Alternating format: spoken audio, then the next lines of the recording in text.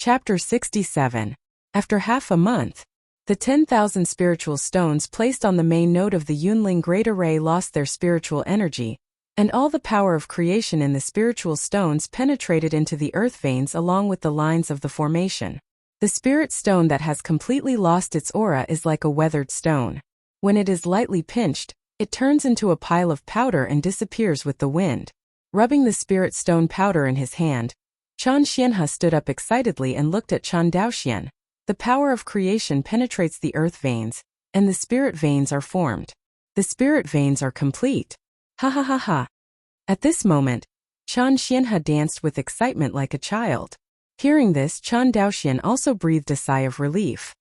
He could clearly feel that the spiritual energy emanating from this main formation node was getting stronger and stronger.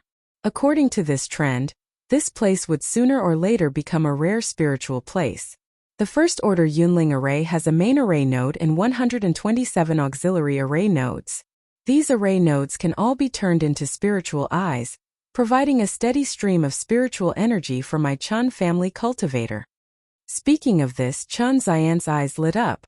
It has only been half a month, and the main node of the formation has escaped the spiritual energy, which proves that the spiritual veins have been initially formed. Until the 127 subnodes of the formation are all turned into spiritual eyes, the spiritual vein of the Chen family has been completely cultivated. Until then, the first order spiritual meridian of the Chen family is at least enough for more than 100 chi-refining cultivators to practice at the same time without worrying about the exhaustion of spiritual qi. Compared to the passive wild spirit eye, the spirit eye on the spirit vein can continuously absorb the spirit energy from the spirit vein, and there is no need to worry about the exhaustion of spirit energy. Unless there is a high-level cultivator who violently extracts the spiritual energy from the spiritual vein in a short period of time, it is possible to cause the spiritual vein to be damaged. Of course, in general, this kind of self-defeating behavior that infuriates the public will not be done by any cultivator. Because Reiki is essential for both low-level monks and high-level monks, no one will deliberately destroy the spiritual vein. Even if the spiritual vein belongs to a hostile force, everyone will not destroy it. As for the spiritual veins themselves, after the Qianyuan sword sect captured the spiritual veins of Izumo, they would usually choose to set up a great formation to protect the mountains, or build an immortal city, and take the spiritual veins as their own. Even if there is no chance to occupy it, Qianyuan Jianzong will just scavenge for resources, then withdraw the army and leave without damaging the spiritual veins. Otherwise, if everyone doesn't follow the rules, there are constant disputes in the world of immortals, and the spiritual veins have long been destroyed, so there is no place for the prosperity of cultivation today. Looking at the surrounding environment, Chen Xianhe nodded and said, "This main formation node will be enough to turn into a spirit pool in the future." Lingtan. Chen Daoxian was a little ignorant. He had only heard of Lingyan, and this was the first time he had heard of Lingtan. Chen Xianhe explained with a smile, when the spiritual energy is concentrated to a certain level, the phenomenon of spiritual energy transforming into liquid will occur, and the accumulation of spiritual liquid can be transformed into a spiritual pool. Of course, the more spiritual fluid there is, the bigger the Lingtan will be. At that time you can call it Linghu or Linghai, whichever you like. But the first order spiritual meridian, the Lingyan Huatan, is basically the limit. Reiki liquid. So it was. Chen Daoxian nodded clearly. He has practiced so far, but he still doesn't know that the spiritual energy can be so strong that it can be turned into spiritual liquid, and he doesn't know what the scene will be like. Thinking of this, he couldn't help but get a little excited. After pondering for a moment, Chen Xianhe continued, "Since the main spiritual eye has been formed, the construction of your cave mansion should also be put on the agenda." No, it should not be called cave mansion now. Chen Xianhe glanced at the endless plain and smiled. It should be called Xiangong. Chen Daoxuan's face was quite embarrassed when he heard the slightly teasing word of Asgard, and he quickly begged for mercy. "Uncle 13, don't beat me up." Ha ha ha. Seeing Chen Daoxuan's embarrassed look, Chen Xianhe stroked his beard and laughed. Seeing the relaxed and happy appearance of Uncle 13, Chen Daoxian also felt very happy. Over the years, Uncle 13 has been too bitter and tired. One person supports a family, and outsiders simply cannot understand the hardships of Chen Xianhe. Besides, Chen Xianhe has no talent, just an ordinary monk with poor qualifications, which makes it even more tormenting. The next day, Chen Xianhe did not rush to Guang'an Prefecture to sell flying swords, but stayed on Shuanghu Island to help Chen Daoxian and many immortal seedlings build Lingfu. Chen Daoxian as the future patriarch of the Chen family. His spiritual residence must not only be built in the eyes of the main spirit, but also the specifications of the spiritual residence must be high enough. Otherwise, the spiritual residences of other Chen cultivators would not be easy to build. Can't the ordinary Chen's cultivator's spiritual residence be built more luxuriously than the patriarch's spiritual residence? This kind of transgression will inevitably damage the majesty of the patriarch, which is absolutely not desirable. Therefore, constructing the Lingfu for Chen Daoxian is not only Chen Daoxuan's personal affair, but also concerns the face of the Chen family on Shuanghu Island, and the majesty of the patriarch is not a small thing. Chen Xianhe said that although the Asgard palace is a bit exaggerated, when the power of the Chen family continues to grow in the future, I am afraid that the Lingfu will really be built into an Asgard palace. Although the Chen family lacked craftsmen, with the addition of Chen Xianhe, a new force, the speed of building the Lingfu kept up with the accelerator, and it increased rapidly. Only less than a month, Chen Daoxuan's Lingfu was completed. Within this month, in addition to the completion of Chen Daoxuan's Lingfu, there are two happy events. The first is that the spiritual veins are completely formed. In addition to the main spiritual eye on the spiritual vein, the 127 auxiliary spiritual eyes are all emitting aura. Seeing that the spiritual energy was constantly escaping, Chen Xianhe was distressed, and quickly called for Chen Daoxian to ask him to stop the production of flying swords in his hand and arrange a spirit-gathering formation for the family's spiritual veins. In this regard, Chen Daoxian naturally has no reason not to agree. The spirit-gathering array is the most common formation in the practice world. It is easy to learn and widely used. In fact, with Chen Xian's formation skills, if he is not afraid of problems, he can try to arrange it himself. In addition to the complete formation of spiritual veins, the second happy event for the Chen family is the addition of 5 new chi refining cultivators. At this point, the number of cultivators in the Chen family finally broke the pattern of 2, reaching as many as 7. The remaining 4 immortal seedlings were too young, and due to the lack of spirit stones in Chen Xian's hand, they couldn't buy Tongmai pills for them, so they haven't been able to break through the chi refining period for the time being. These 5 new chi refining cultivators, the oldest is only 10 years old, and his name is Chen Daolin. The youngest is only 7 years old and his name is Chen Daozi. Chen Daolin, Chen Daochu, Chen Daolian, Chen Daochuan, Chen Daozi, a total of 4 men and 1 woman, 5 chi refining monks. It was not long before the immortal seedlings broke through the chi refining period. Chen Xianhe, who was really busy, did not forget them, and directly pulled everyone to the construction site as labor. The poor people were used as child labor as soon as they broke through the chi refining period. But everyone knows that the spiritual mansion that the family is building now is for them, so not only do they not feel excluded, but they are full of motivation.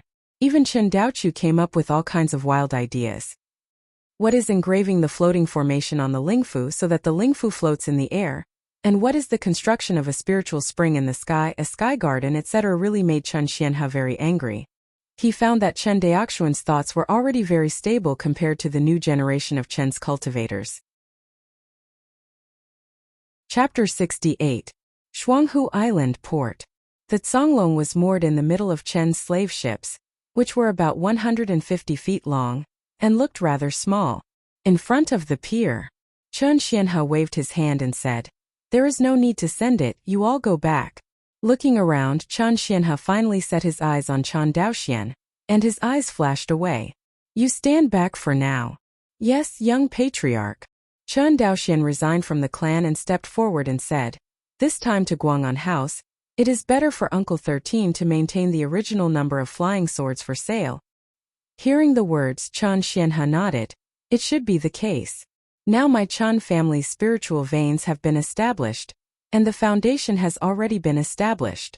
As long as they grow up at the beginning of the Tao, they will be able to take on the important family responsibilities, and it will not be too late to sell a large number of flying swords." Seeing Chen Daoxian taking the initiative to mention this matter, Chen Xianhe felt more at ease with him. This proves that Chen Daoxian has not been carried away by the huge profits brought by the Feijian business.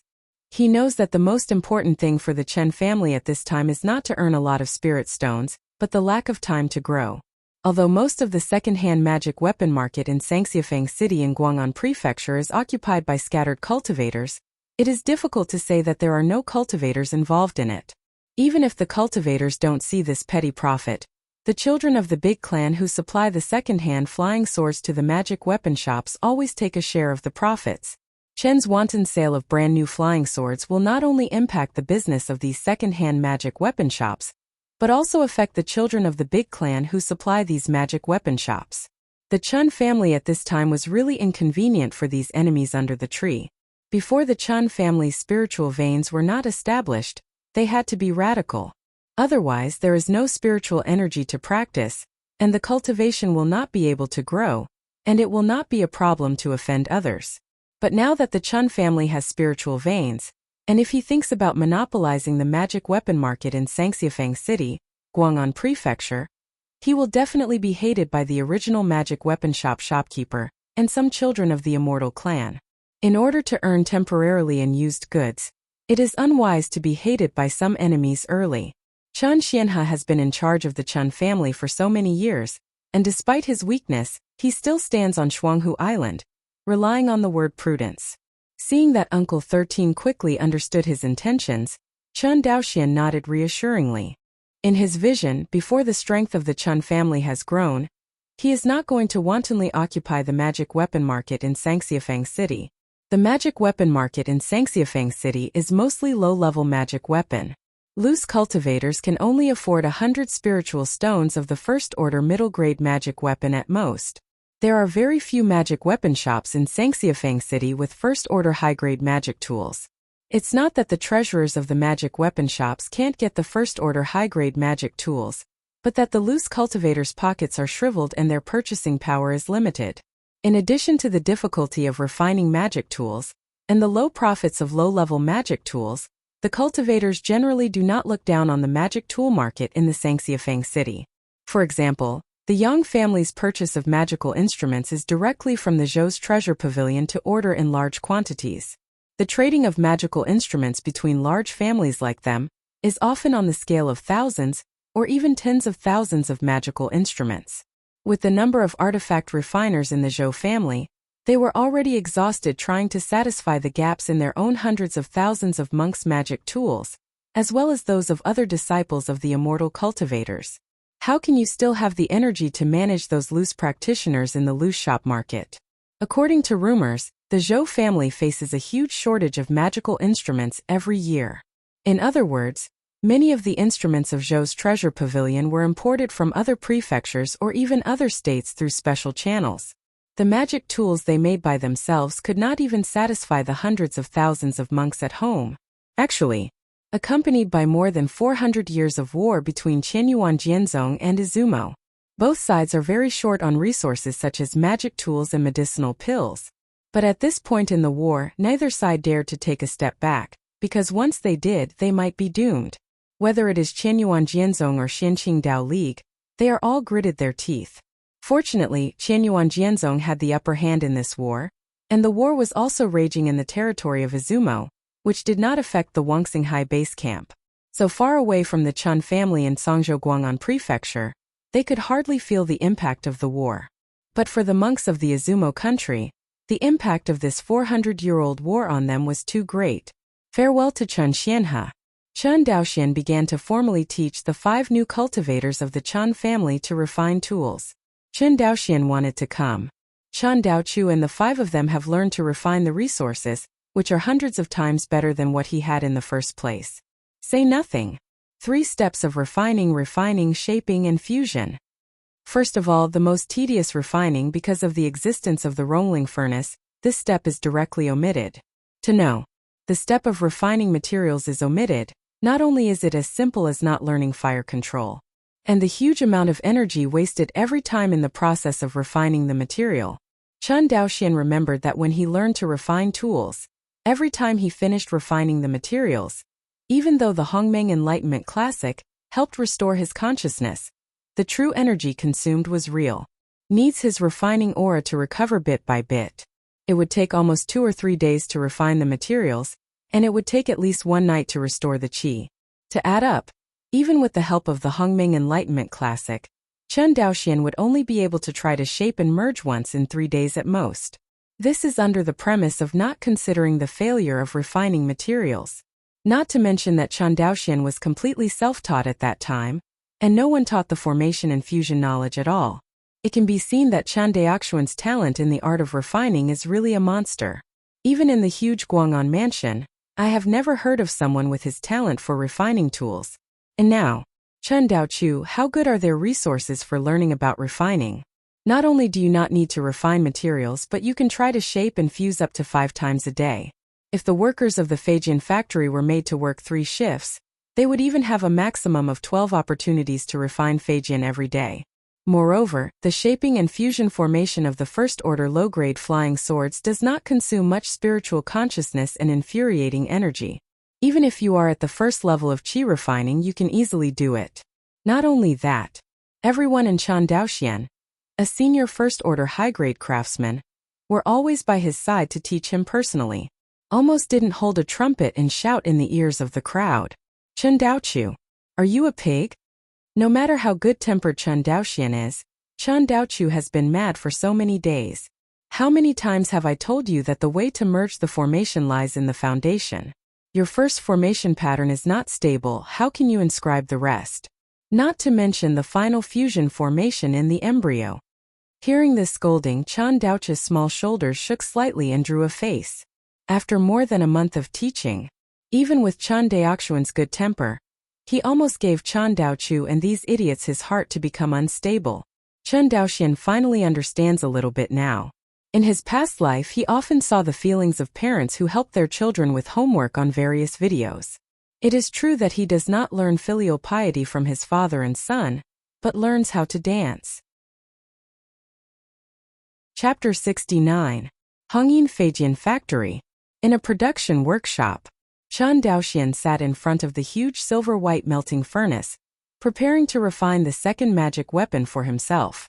Generally speaking, during the qi refining period, the number of envoys of cultivators increases with the enhancement of spiritual consciousness. With the strength of the spiritual consciousness of the monks in the early stage of qi refining, they can only control 1 magic weapon at most. If there are more envoys, it will be difficult to control, and it is difficult to exert the maximum power of the magic weapon. In the middle stage of qi refining, the spiritual consciousness has skyrocketed, and the monk can use 1 more magic weapon. Of course, for the qi refining stage loose cultivator, it is good to have a magic tool to use, who has the spare money to buy more magic tools. This difficulty naturally does not exist for Chen Daoxian. As an artifact refiner, Chen Daoxian can refine as many magical tools as he wants. Not to mention that his Chen family also has an artifact such as the Rongling furnace that assists in refining. The reason why there was no refining was because he had been busy with the family spirit before. As for refining the second magic weapon, it is naturally placed in the back. Taking a deep breath, Chen Daoxian was about to take out the fengyin ore from the storage bag when he heard a change in the production room next door. Boom! A dull explosion came from next door. This explosion was followed by Chen Daolian's exclamation. Brother Daoqiu, you have superimposed the formations wrong again. At the beginning, you said that I was stupid in practicing swords. It seems that you are not much better. Shut up, you can do it.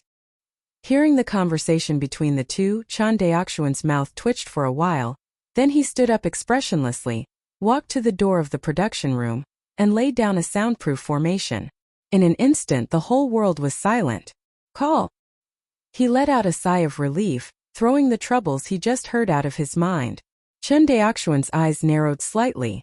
The magic weapon he wants to refine today is not a first-order low-grade magic weapon, nor a first-order middle-grade magic weapon, but a first-order high-grade flying sword. Arguably, Chen Daoxian already has a first-order high-grade Feijian Feishua sword in his hands. It's just that the flying snow sword is a water-type flying sword. When using the rain-covering sword art, it is suitable to use the flying snow sword, but using the wind-chasing sword art conflicts with the attributes of the flying snow sword itself. Therefore, Chen Daoxian wanted to refine a wind attribute flying sword to cooperate with the power of wind-chasing sword art. In all first-order artifacts, the first-order high-grade instruments are slightly different from the first-order low-grade and middle-grade instruments. Generally speaking, the first-order low-grade magic tools can be purchased for only 50 spirit stones, and the price of the first-order middle-grade magic instruments is only twice as expensive, which is about 100 spirit stones. However, the price of the first-order high-grade instruments has skyrocketed, reaching at least 500 spirit stones. The reason why this happens is that the first-order high-grade magic weapon has already involved a slight attribute change. For example, the flying snow sword in Chen Daoxian's hand is a water-type flying sword. If a cultivator who practices water attribute exercises uses it, he can increase his power by 30% out of thin air. Of course, most of the exercises practiced by cultivators in the chi refining stage are for basic purposes, and very few of them involve attribute changes. Premature cultivation of attribute exercises is not a good thing for monks. For example, if a cultivator practices fire attribute exercises, in the process of foundation building, after the violent fire attribute true chi was transformed into true essence, it would bring huge trouble to the expansion of the sea of chi. Therefore, cultivators in the chi refining stage generally choose to switch to attribute exercises after they have established a foundation. Compared with non-attribute exercises, the advantages of attribute exercises are naturally greater, especially in terms of strength. According to the different attributes of the cultivator's exercises, the power of the same true essence is also different. Among them, the fire attribute exercises and the metallic exercises are the most powerful, while the water attribute exercises are much softer. But even if it is a water attribute technique, the true essence or true chi that is cultivated is more powerful than a non-attribute technique. Generally speaking, among the exercises of the same rank, the most powerful fire attribute exercises produce true essence that is more than 1.5 times more powerful than the true essences cultivated by non-attribute exercises. Among the monks of the same level of foundation establishment, the difference in cultivation techniques is also one of the important reasons for the difference in strength. Chen Daoxian threw the Fengyin stones one after another into the Rongling furnace. Compared with first-order spiritual minerals such as copper ore and black iron ore, although Fengyin stone is also a first-order spiritual ore, it contains a trace of wind attribute power, so the price is more than double that of copper ore. Not knowing this, Chen Daoxian needed more spirit ore to refine the first-order high-grade wind attribute flying sword. This is also the reason why Chen Daoxian has only refined a first-order high-grade flying sword over the years. It is only one aspect that his cultivation base is low in true chi, and another important reason is that the refining process of the first-order high-grade flying sword is more difficult, and the difficulty of fusion formation is also more difficult. Chen Daoxian was not worried about the fusion formation, not to mention that he had fully understood how to fusion formation before. There is even the function of Hongmeng Enlightenment Dao Sutra to store understanding, and he has basically figured out how to merge the second-order magic weapon. The only thing Chen Daoxian lacks now is the ability to refine second-order spiritual ore. Otherwise, he can try to refine second-order magic tools. Of course, it is a good idea to use the melting furnace to refine the second-order spiritual ore, but even if he refines the second-order magic weapon now, it is of little significance. With his cultivation level, it is still difficult to use the first-order high-grade flying sword. The second-order flying sword is not something he can play at all, and it is also a decoration when it is refined, which is thankless. The joystick that controls the melting furnace. Chen Daoxian's face was solemn, and he observed the changes of Fengyin mine in the furnace with his divine sense. Unconsciously, 10 hours passed. A large amount of Fengyin ore was finally melted and deformed by the melting furnace, and the melted spirit ore was gradually merged into one under the action of the melting spirit formation. Even the wind attribute power on the Fengyin stone gradually merged with the aura. Although the wind attribute power on each windsong stone is very rare, the wind attribute power on so many windsong stones aggregates together. Attribute changes are still very obvious. Taking out the refined materials, Chen Daoxian clearly felt that this mass of liquid utensil embryo material, and the utensil embryo material extracted from red copper, ore exudes a completely different atmosphere. This kind of breath is the breath of attribute power. I saw the hot liquid embryo material in front of me. Chen Daoxian didn't dare to neglect, and quickly manipulated his true qi to shape it according to the style of Feijian.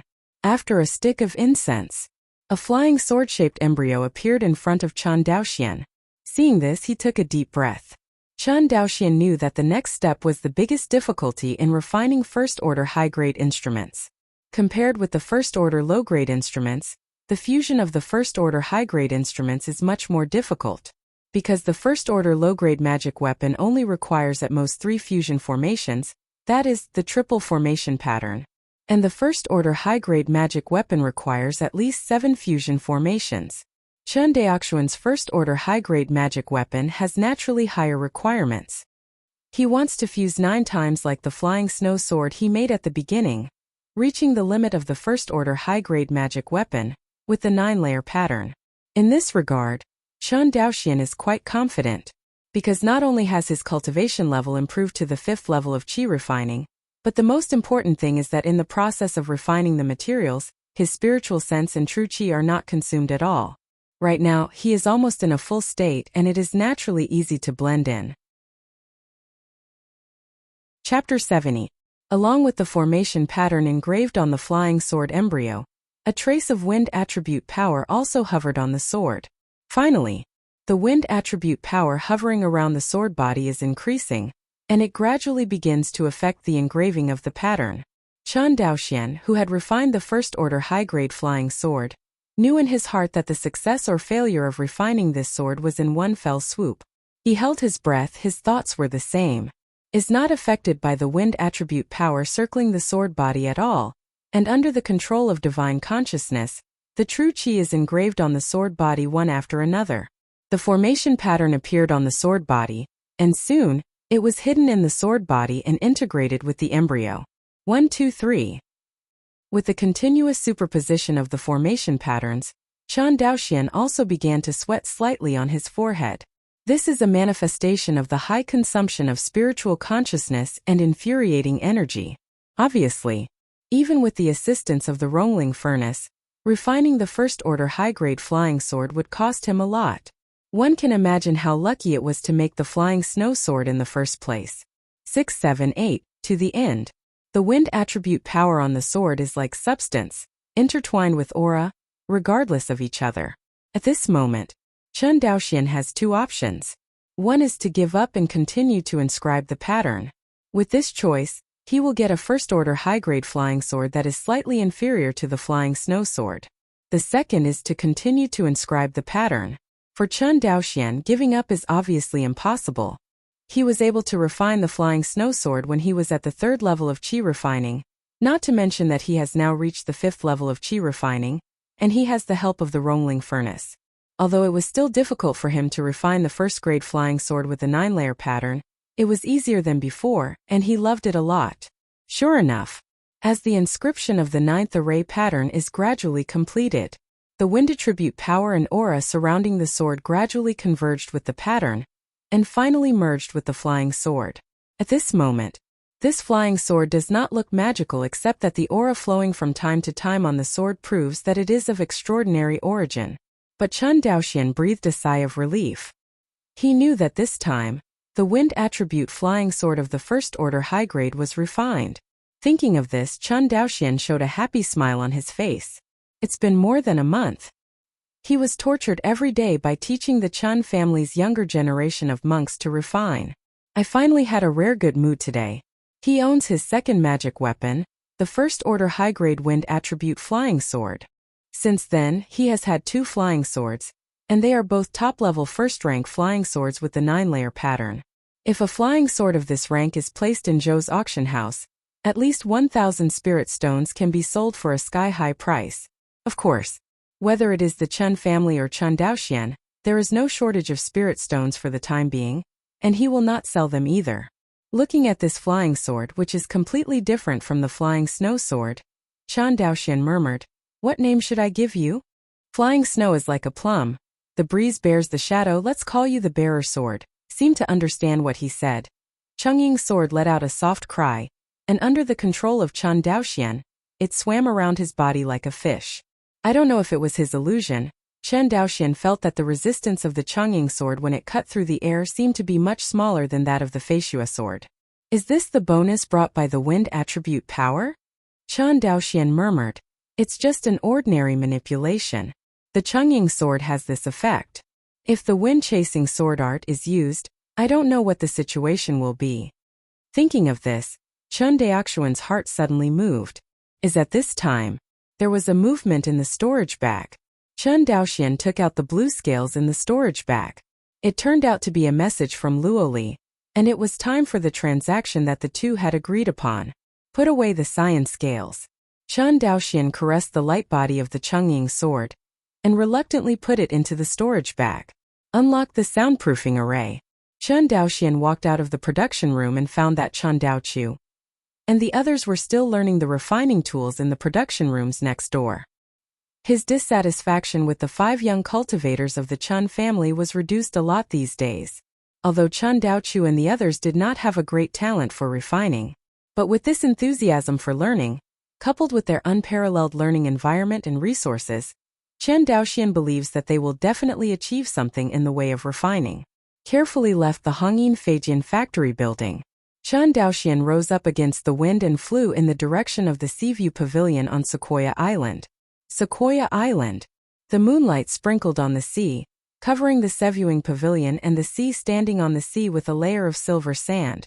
Chen Daoxian was dressed in white, standing on the sea facing the moonlight, like a fairy coming to the world. Is it early again? Chen Daoxian said silently. There is no way. Shuanghu Island is only 400 miles away from Sequoia Island, and the Demon Monkey Mountain of the Merman is thousands of miles away. Although Luoli and the others set off early every time, and their speed was much faster than Chen Daoxian, it was still not as convenient as his rush to Sequoia Island. Flew and landed at Guanhai Pavilion. Chen Daoxian glanced at the water traces in the pavilion washed by sea water, and used fire control techniques to evaporate the water stains. Immediately sat on the stone bench, closed his eyes and rested. Is to close your eyes and rest. In fact, his consciousness sank to the depths of the sea of consciousness. Know the sea. 10 Stardust revolves around a golden sutra. It only took me 6 months to cultivate the wind-chasing sword art and rain-covering sword art to the perfect state, and now more than 4 months have passed, and I have had so many epiphanies, and I actually have 2 kinds of swords. I didn't even get the idea of fusion. Thinking of this, Chen Daoxian couldn't help being a little discouraged. For a long time, with the ability of Hongmeng Enlightenment Tao Sutra to store his understanding, whether he is learning the exercises, comprehending sword tactics, or even deducing the never-before-seen fusion spirit formation, all of them have no disadvantages. But unexpectedly, when the 2 first-order sword techniques were merged into one, they encountered a bottleneck. Even the epiphany cannot break through this bottleneck. If it was not clearly mentioned in the jade slip that the 2 swordsmanships were split from a complete swordsmanship, Chen Daoxian would have doubted whether the person responsible for the exchange of the swordsmanship and swordsmanship in Chenyuan Jianzong was playing with Chen. Home. Anyway, try again. Chen Daoxian made up his mind, and the 10 Stardust collided again. Next second, Chen Daoxian's consciousness continued to rise, and the familiar epiphany appeared again. After half a column of incense, Chen Daoxian closed his eyes and stood up suddenly. I saw 2 flying swords flying out of his storage bag and surrounding him. Chen Daoxian himself also flew out of Guanhai Pavilion, facing the moonlight, standing on the sea, as if he was comprehending something. This moment, the moonlight, the sea water, and the Taoist man dressed in white and holding the sword seemed to merge into one. Next second, this picture was broken by Chen Daoxian. I saw him open his eyes, without a trace of emotion in his eyes. As he opened his eyes, the 2 flying swords around him also erupted with terrifying sword lights. Wow wow wow. The 2 flying swords chased in the air, but they all disappeared in the end. And then, it was actually raining on the sea surface, hazy and hazy, covering the sea surface with a radius of 100 zhang. The seabed not far away. A petite figure seemed to sense something and suddenly accelerated forward. Behind, the people of the Murin tribe were not worried about their princess, and they all quickened their pace and followed closely behind. After half a cup of tea, Luoli rushed to the sea not far from Guanhai Pavilion, and saw an unforgettable scene in her life. A Taoist dressed in white standing on the sea surrounded by rainwater, hazy to see the real. Luoli discovered through his breath that this person was none other than Chan Daoxian. But now, Chan Daoxian seems to be in a state of epiphany. Luoli, who was also a cultivator, knew how unpredictable this state was for cultivators, and naturally he would not disturb him. In the next second, the rain seemed to suddenly rush, and there were white marks along with the rain. Do not know why. When Luoli saw the white marks in the rain, all the hairs on her body stood up. Is that the wind? Luoli muttered uncertainly. Although she is the princess of the merman race, Luoli has never seen such a mysterious sword art. Seeing this poignant picture in front of me, I couldn't help being stunned for a while. Chapter 71. Chen Daoxian didn't know that he was being watched by Luoli at this time. He is now fully devoted to the comprehension of chasing the wind and covering the rain sword art, with no distractions. On the sea, the rain is fast and slow, and the white marks are in the rain. It was very obvious at the beginning, but in the end it actually merged into the rain, and the two are no longer separated from each other. This moment, Luoli, who was not far away, suddenly felt that the trembling feeling that made her pores stand up disappeared. But Luoli knew that the power of Chen Daoxian's flying sword not only did not weaken, but instead became more dangerous. Because his envoy's flying sword can actually blind the cultivator's consciousness and make outsiders automatically ignore the sense of crisis. Luoli, who has participated in many battles, knows how terrifying the effect of this kind of trick will be in battle.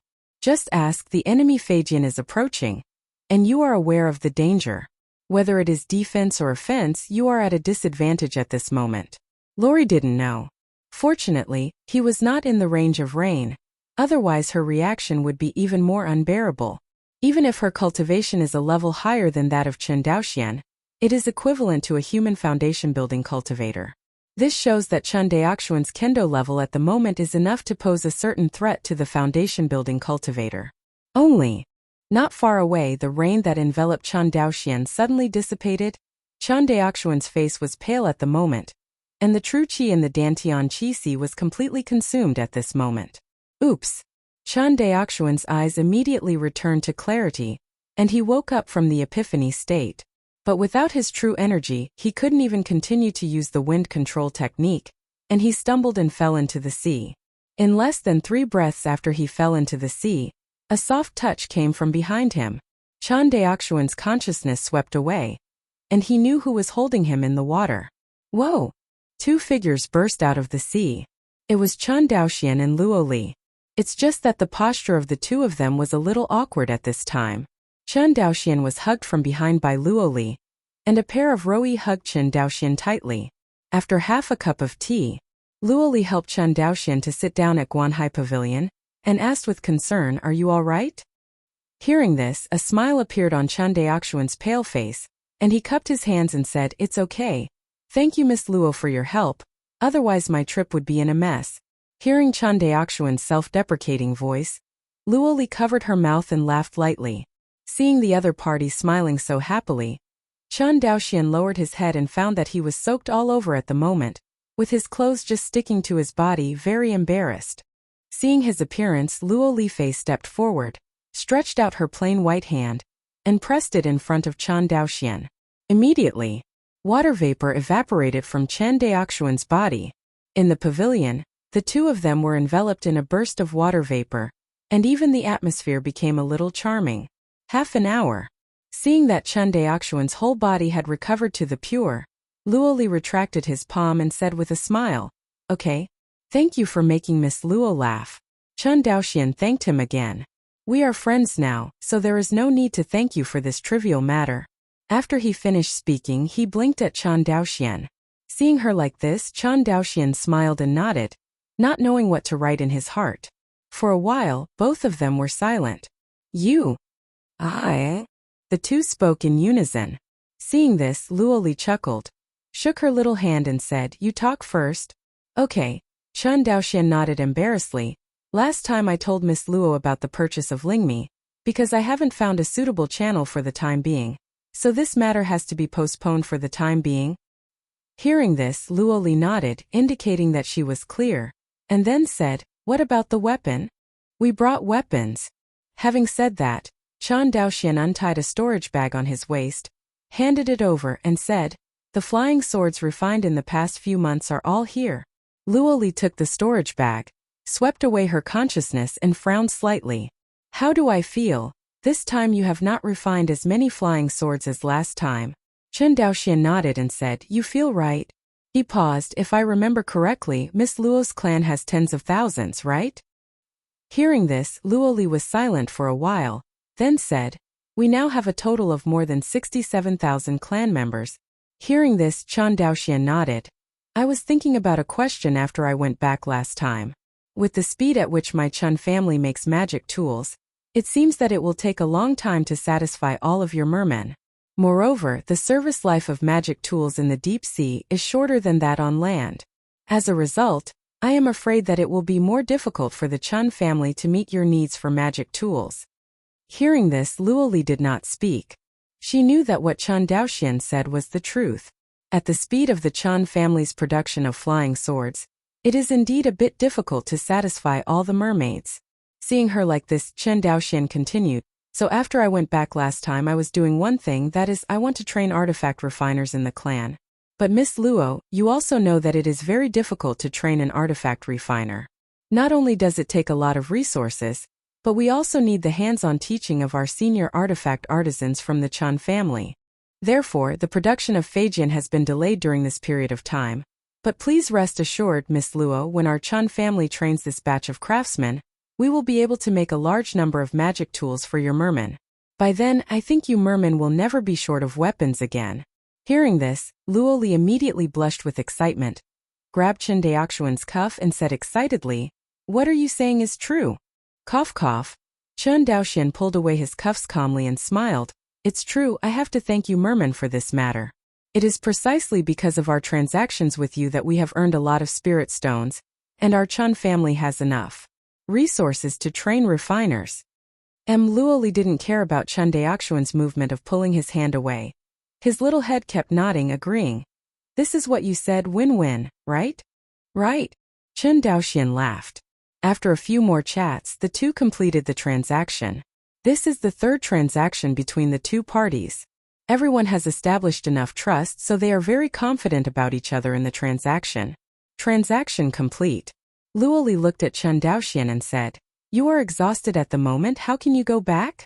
Chen Daoxian ignored this issue and replied, "It's okay. I'll just recover here overnight." Luo Li glanced around, shook his head and said, "This place is inaccessible, and there are bound to be monsters. In order to avoid danger, let me give you a ride."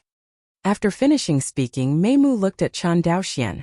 After thinking about it, Chen Daoxian smiled and nodded. "Then I will trouble Miss Luo." Luo Li smiled slightly, shook her head, took a step forward, and grabbed Chen Daoxian's right hand. Next second, Chen Daoxian only felt that the world was spinning for a while, and he regained his senses again. He had plunged into the sea with Luo Li. This is the second time Chen Daoxian has entered the sea in his life. The time when he fell into the sea just now was too hasty, and before he had time to feel it, he was rescued by Luo Li from the sea. Now, he finally felt what it was like to walk through the sea, in sea water. At a depth of about 100 meters, the faint moonlight in the sky shone into the sea, only emitting a hazy moonlight, which was very dim. Fortunately, Chen Daoxian possessed divine consciousness, so he was not too panicked in the face of this dim scene. He swept through his consciousness and found that the appearance of Luo Li and the mere people behind him was actually attached to a thin film, which isolated them from the sea. This is... Chen Daoxian looked suspiciously at Luo Li, who was holding his right hand, because he found that there was such a thin film on the surface of his body.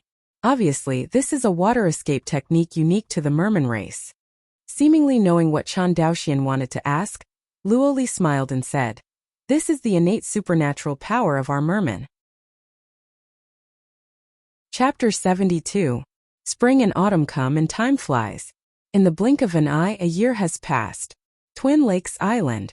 About a dozen miles away from the industrial zone, a huge mansion with green bricks and green tiles, covering an area of hundreds of acres, is located in the main spirit eye of the spirit vein. The owner of this mansion is the young patriarch of the Chen family, Chen Daoxian. On weekdays, in addition to Chen Daoxian, there are only some young women from the Chen family who act as maids here, clean up for Chen Daoxian, and maintain the flowers and plants of the Lingfu. Fortunately, it is located above the spiritual veins of the Chen family. Compared with the wilderness plain outside the spirit gathering array, it is completely different. In Lingfu, in a fresh and elegant courtyard, a figure sat cross-legged in front of Lingtan. Above the Lingtan, a water spirit bead is quietly suspended, and the mist gathers from the spirit pool towards the water spirit bead, refining, transforming it into true qi, and finally storing it in the Dantian qi sea. Call. Chen Daoxian opened his eyes, and a trace of joy flashed in his eyes. Compared with the spiritual eyes in the cave mansion of the Red Copper Mountains, the spiritual energy in front of the mouth is many times more abundant. Not to mention that in front of this Lingtan, even within the 10-mile radius gathering spirit formation, the aura floating in the air is not much less than the aura in the eyes of the spirit at the beginning. Compared with the past, the current cultivation environment is like heaven. I didn't expect that the difference between the late stage of qi refining and the middle stage of qi refining is so big. It took me nearly a year to break through from the 6th level of qi refining to the 7th level of qi refining. Chen Daoxian sighed. Although he knew that it would become more difficult the further back he practiced. But he didn't expect that the level from the middle stage of qi refining to the late stage of qi refining would block him for nearly a year. After all, Chen Daoxian was 17 and nearly 18 this year. Compared with a year and a half ago, his immature face has also become more mature. Especially during this period of time when he was in charge of family affairs, living in qi and nourishing the body, his temperament has undergone earth-shaking changes. No longer a young cultivator, but a patriarch of the Chen clan who holds the power of the family. Contemplative room. A figure flew over from afar. Chen Daoxian looked up and saw that it was the only female cultivator of the Chen family, Chen Dalian. For more than a year, with the joint assistance of the Shui Lingzhu Qi Gathering Pill and First-Order Spiritual Veins, Chen Daolian's cultivation has advanced by leaps and bounds, and has reached the 3rd level of qi refining. Compared with the time Chen Daoxian took 5 years to break through from the 1st layer of qi refining to the 3rd layer of qi refining, it was 5 times faster. Not only Chen Dalian but Chen Daochu, like her, is now at the 3rd level of qi refining. As for the other 3 who had broken through the 1st level of qi refining together, apart from Chen Daochuan who had broken through to the 2nd level of qi refining, the other 2, like the remaining 4 immortal seedlings, were still at the 1st level of qi refining. This is also impossible. Although there are various resources to assist, but in the case of the same resources, the cultivation speed of monks with good spiritual roots is faster than that of monks with poor spiritual roots. In fact, these few monks with low spiritual roots were fortunate enough to be born in the Chen family. If they were in a big family, monks with poor spiritual roots like them would not get much resources at all. Not to mention the same treatment as the cultivator of the spiritual root. The Chen family has no shortage of resources for cultivation, but there is a shortage of people, so they poured resources into it regardless of the cost. It is foreseeable that as the new Chen family children grow up, the Chen family's allocation of cultivation resources will definitely become closer to the big family. Also, good qualifications are preferred. After all, this is the only way to maximize the use of resources and enhance the strength of the family. Young patriarch. Lowering her body, Chen Dalian took 2 steps forward and respectfully saluted Chen Daoxian. Compared with a year ago, Chen Daolian's cowardice disappeared, and the whole person became more confident from the inside out. Chen Daoxian nodded. What's the matter? The old patriarch is back, at the Hongyin Feijian factory. Real. Hearing that Uncle 13 was back, Chen Daoxian hurriedly stood up from the futon, and his serious face was replaced by a look of surprise. Seeing the expression of the young patriarch, Chen Dalian looked like she wanted to laugh and didn't dare to laugh, her face flushed red. Chen Daoxian glanced at her and said with a smile, "Let's go, come with me to see." As he said that, he waved his sleeves, used the wind fighting technique, wrapped the figures of the 2, and flew towards the Feijian factory 10 miles away. Less than half a cup of tea. The figures of the 2 men descended at the Feijian factory. With his consciousness swept away, Chen Daoxian discovered Chen Ziyan's location. Uncle 13. Before anyone arrived, Chen Daoxuan's voice already sounded in Chen Ziyan's ears. Chan Xianhe turned his head when he heard the sound, and saw his nephew, who was brought up since childhood, with a smile on his old face. You came just in time, I'm testing the refining skills of these boys. Chen Daoxian looked at Chan Daochu and the others who were pointing at him, and said with a smile, Uncle 13, I promise you will be surprised this time. Oh! Hearing this, Chen Xian's eyes lit up slightly. Have to say, for more than a year, the Chen family has invested too much resources in the Chen Daochu 5 people. Compared with the resources Chen Daoxian spent in learning the refining equipment, the resources Chen Daochu spent at least 10 times as much as him. If it wasn't for Chen Daoxian talking about his life all day long, or if the Mare people had a copper vein in their hands, there would be no shortage of spiritual or resources. It is impossible for Chen Daochu to become an artifact refiner. Actually, the current Chen Daochu and Chen Dalian are not really a refiner.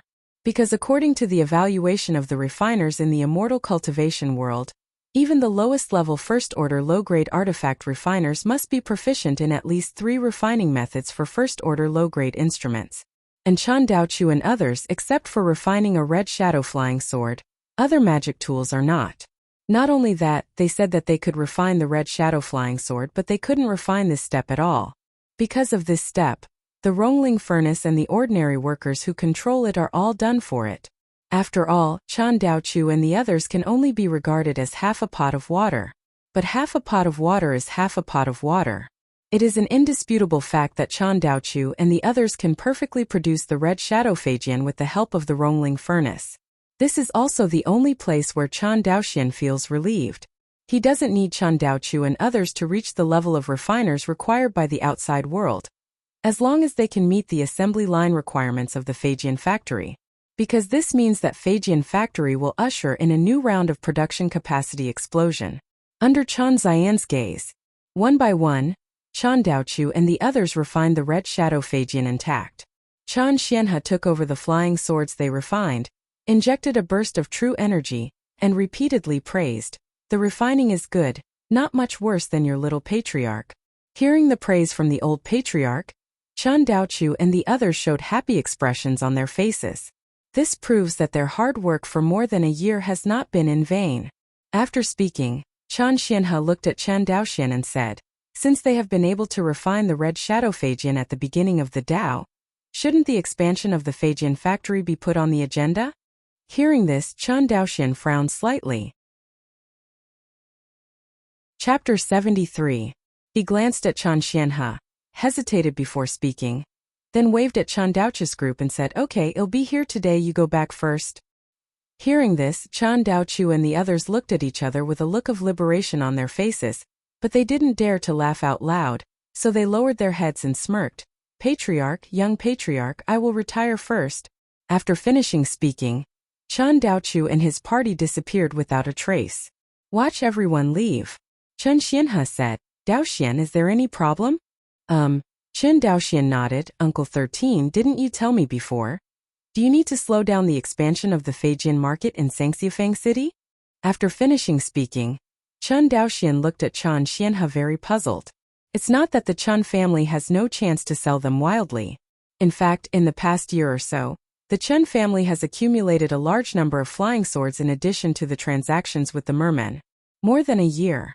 Chen Xianhe sold Feijian in Sangxiafeng City, Guang'an Prefecture almost at the frequency of 1 Feijian per day, and sold more than 300 Feijian in total.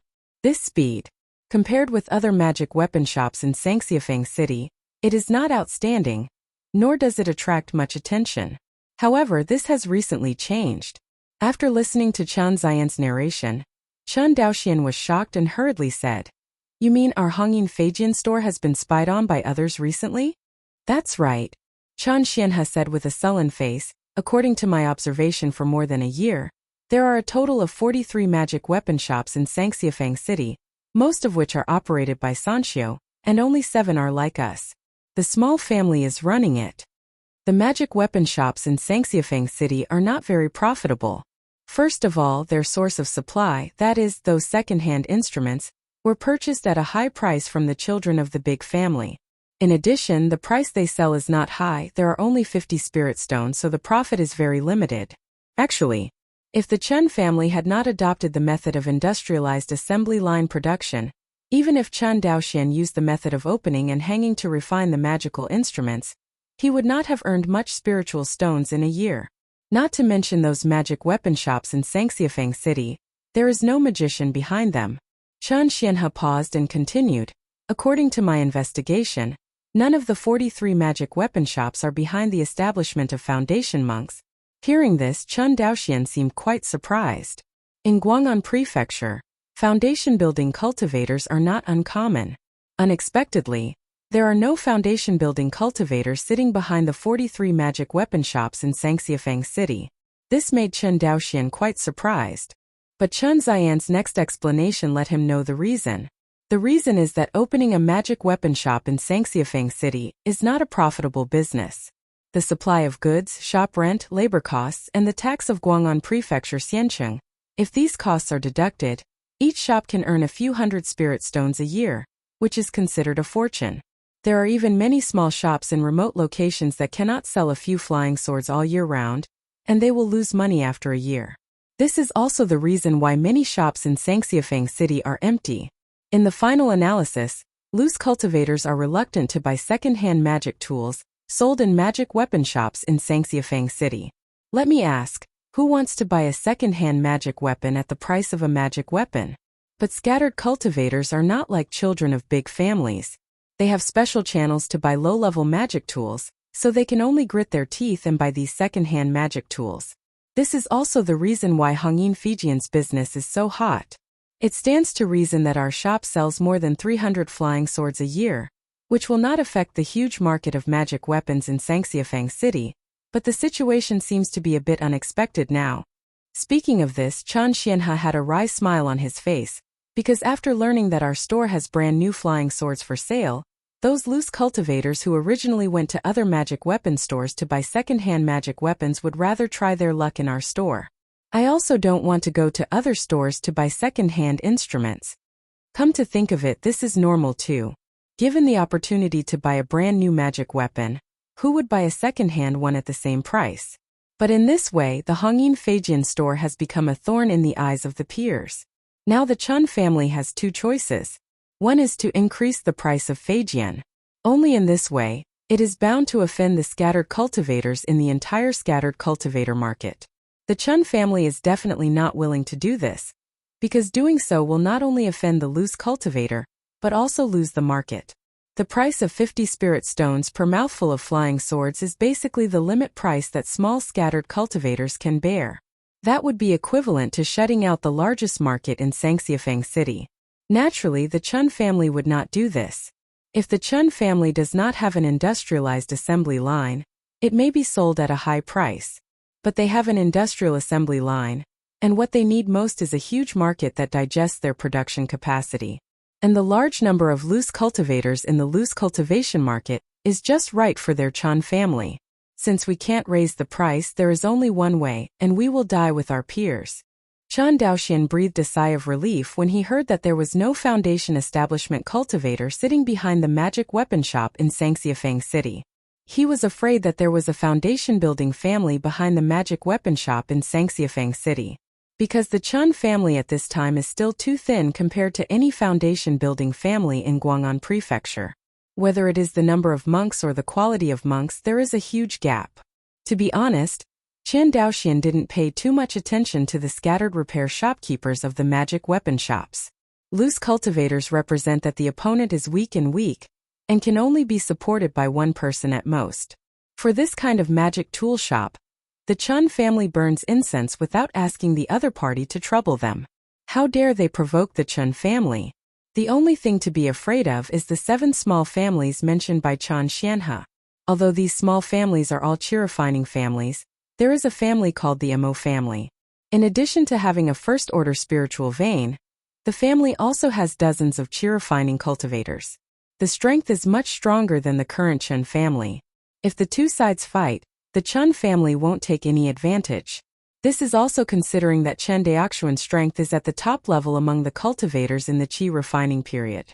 Otherwise, the Chen family would have no drama at all, because now the Chen family is really capable of fighting, probably only Chen Daoxian alone. Chen Xianhe only has the 6th level of qi refining and he is old. If he fights with others, it is hard to say whether he can win the 5th level of qi refining. Not to mention Chen Daochu and the others. Although they have broken through to the 3rd level of qi refining in just 1 year, they have almost devoted their attention to refining tools in the past year. Just got to the entry level. In addition, he has also mastered a wind fighting technique and can fly. This kind of strength is probably only able to beat loose cultivators of the same level. In other words, Chen Daoxian is the only fighting force of the Chen family. Thinking of this, Chen Daoxian couldn't help frowning. He looked at Chen Xian and said, "Uncle 13, what can you do?" After all, Chen Xianhe, who has been around for more than a year, must be far better than him when it comes to understanding the city of scattered cultivators. Seeing Chen Daoxian humbly asking for advice, Chen Xianhe smiled and stroked his beard, and said, "I really have a good solution." Chapter 74. Southwest Waters of Wuxia. It is a spiritual island tens of thousands of miles away from Shuanghu Island. This spiritual island is the Mo family land. Like the Chen family on Shuanghu Island, the Mo family also has a first-order spiritual vein, but unlike the Chen family, the Mo family's spiritual vein was not cultivated. It was discovered by chance on this Lingdao hundreds of years ago, the ancestor of the Mo family. Have to say, the Mo clan's luck is very good. For hundreds of years relying on this spiritual vein, the number of Mo family cultivators has never been lower than double digits. Even 200 years ago, the Mo family had a foundation building cultivator. It's just that the foundation establishment cultivator died a few decades ago, and the Mo family fell into a trough. But even so, compared to the Chen family, the Mo family's heritage is still much deeper. In the horizon, a figure flew from far to near, towards a cave on Mo's Lingshan mountain. This person lowered his body and looked at his appearance. The person who came was in his 30s, with a white face and no beard. He was dressed in a lavender Taoist robe and looked extraordinarily graceful and luxurious. This Mo family cultivator's cultivation level is as high as the 9th level of qi refining, and he is obviously in the stage of polishing and purifying his true qi. As long as he has polished and purified his true qi to the limit, he can try to build a foundation when he enters the state of perfection. Enter the cave. An old man in his 50s is sitting cross-legged on a lotus-shaped instrument, closing his eyes and practicing. Patriarch. Seeing the old man, the white-faced and beardless middle-aged cultivator saluted and said respectfully, The old man of the Mo family, who was called the Patriarch, opened his eyes, saw the middle-aged monk, and said solemnly, "Yu Qing, why are you back? Did something happen to the shop in Sangxiafang City?" Hearing this, the middle-aged cultivator named Mo Yuqing said with a solemn expression, "That's right." Hearing that there was a problem with the family business, the old man hurriedly stood up and stepped forward 2 steps. "Come on quickly." "Yes." Mo Yuqing explained the ins and outs of the matter to the patriarch in front of him. The Mo family leader's cultivation level is higher than that of Mo Yuqing, and he has reached the perfect state of qi refining. He only needs a foundation-building pill and the support of a second-order spiritual vein, and he can immediately try to build a foundation. Can be said. The Mo family's magic weapon shop is not only the lifeline of the Mo family's industry, but also the hope of the Mo family's leader to build a foundation. It is precisely because the Mo's treasure pavilion makes nearly 1,000 spiritual stones every year, which gives the old man hope to buy the foundation establishment pill. Otherwise, the few acres of spiritual fields and a small spiritual medicine garden planted with the family's first-order spiritual veins would not even be enough to satisfy the cultivation of the family monks, let alone support him as the patriarch to build the foundation. Therefore, for Mo clan chief Mo Changsheng, Mo clan's treasure pavilion is his hope for enlightenment, and he must not lose it. You mean that the Chen family on Shuanghu Island has a group of refiners who have invaded the business of our Mo's treasure pavilion? Right. Mo Yuqing nodded. Because of the influence of the Hongyin Feijian shop, the profit of my Mo's treasure pavilion has dropped by 50% this year, and it's only less than 500 spirit stones. What? Hearing this, Mo Changxing immediately panicked. He is already 53 this year. According to the consensus of the practice world, if a cultivator cannot successfully establish a foundation before the age of 60, with the decline of qi and blood, the probability of success in establishing a foundation will decrease as the qi and blood decline. In other words, Mo Changsheng couldn't wait a few years. Originally, the Mo family had accumulated more than 30,000 spiritual stones in order to support his patriarch in building the foundation. But Mo Changsheng knew that 30,000 spirit stones would not be safe to buy the foundation establishment pill at Zhou's auction house. According to Zhou's auction house's average auction price for the foundation pill, the Mo family must at least prepare more than 40,000 spirit stones. This is not even the price that Mo Changsheng paid to find a way to find a foundation-building family with a second-order spiritual vein for help after he obtained the foundation establishment pill, and borrowed others to break through the second-order spiritual vein. Calculate like this. Not to mention that Mo's treasure pavilion earns 500 spirit stones every year. Even if he earns 1,000 spirit stones every year, Mo Changsheng is not enough. Thinking of this, he paced anxiously in the cave.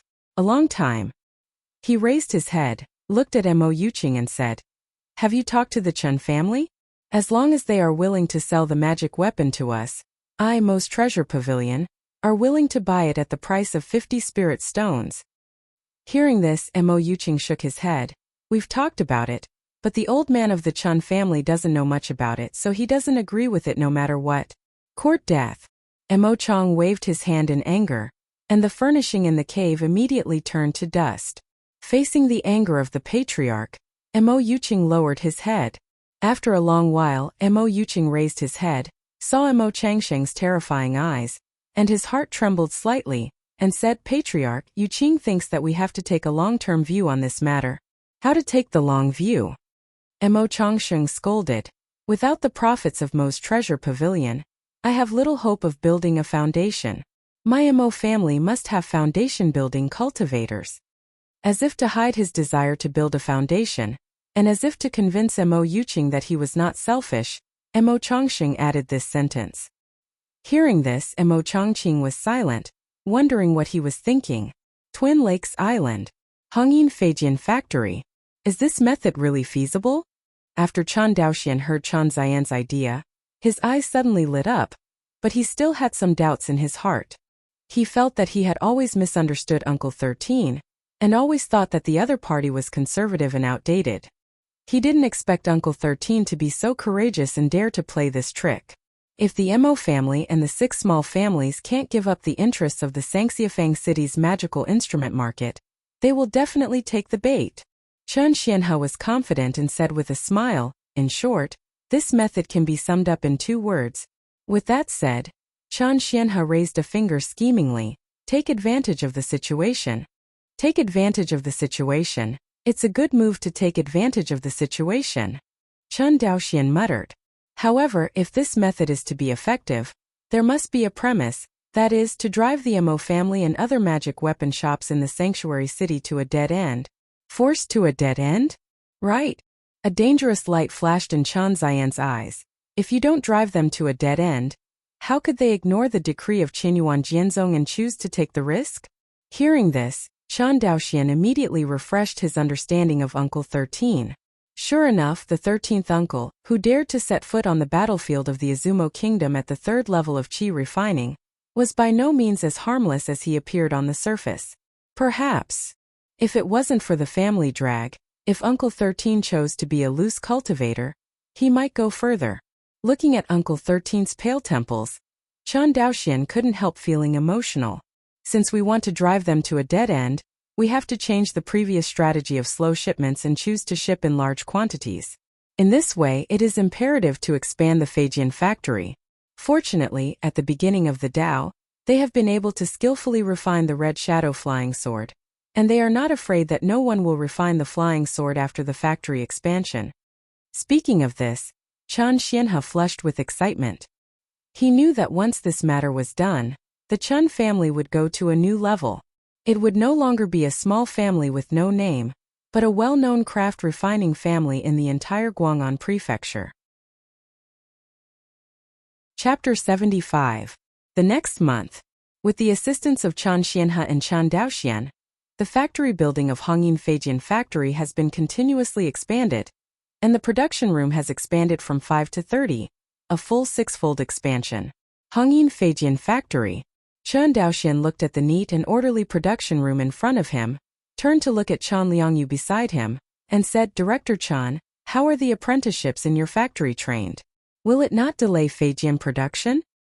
Hearing this, Chen Liangyu immediately patted his chest and assured, Patriarch, young patriarch, please rest your heart 10,000. For more than a year, I will follow the apprentice training system you mentioned, young patriarch, at least for the factory. Nearly 100 skilled furnace operators have been trained here, which can fully meet the expansion of the factory. Speaking of this, Chen Liangyu was full of regret, that is to say, there are not many members of my Chen family in the age group of 16 to 18 years old. Otherwise, there would be more furnace operators in our factory. Chen Daoxian, who is a peer of the same age, is naturally clear about the reason why Chen Liangyu said that there are not many people over the age of 16. In fact, it is not just that there are not many clansmen over the age of 16. To be precise, the monster disaster in Chongping County more than 10 years ago almost caused the Chen clan to fail. But at that time only one monk, Chen Xianhe, was guarding the entire Shuanghu Island, and it was inevitable that he could not take good care of it. Seeing the atmosphere at the scene is a little sad. Chen Daoxian patted Chen Liangyu on the shoulder and comforted. All this is over, I promise. The Chen family will never have the same situation that happened back then. Chen Liangyu nodded heavily. Feijian factory has added 25 production rooms, and each production room is equipped with a filler, a furnace operator, and a furnace operator apprentice system. A total of 75 new workers are required.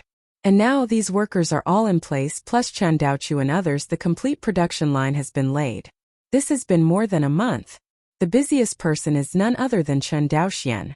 Because he has spent more than a month, he has hardly slept, and he has refined 25 giant Rongling furnaces, plus the original 5 Rongling furnaces in the Feijian factory.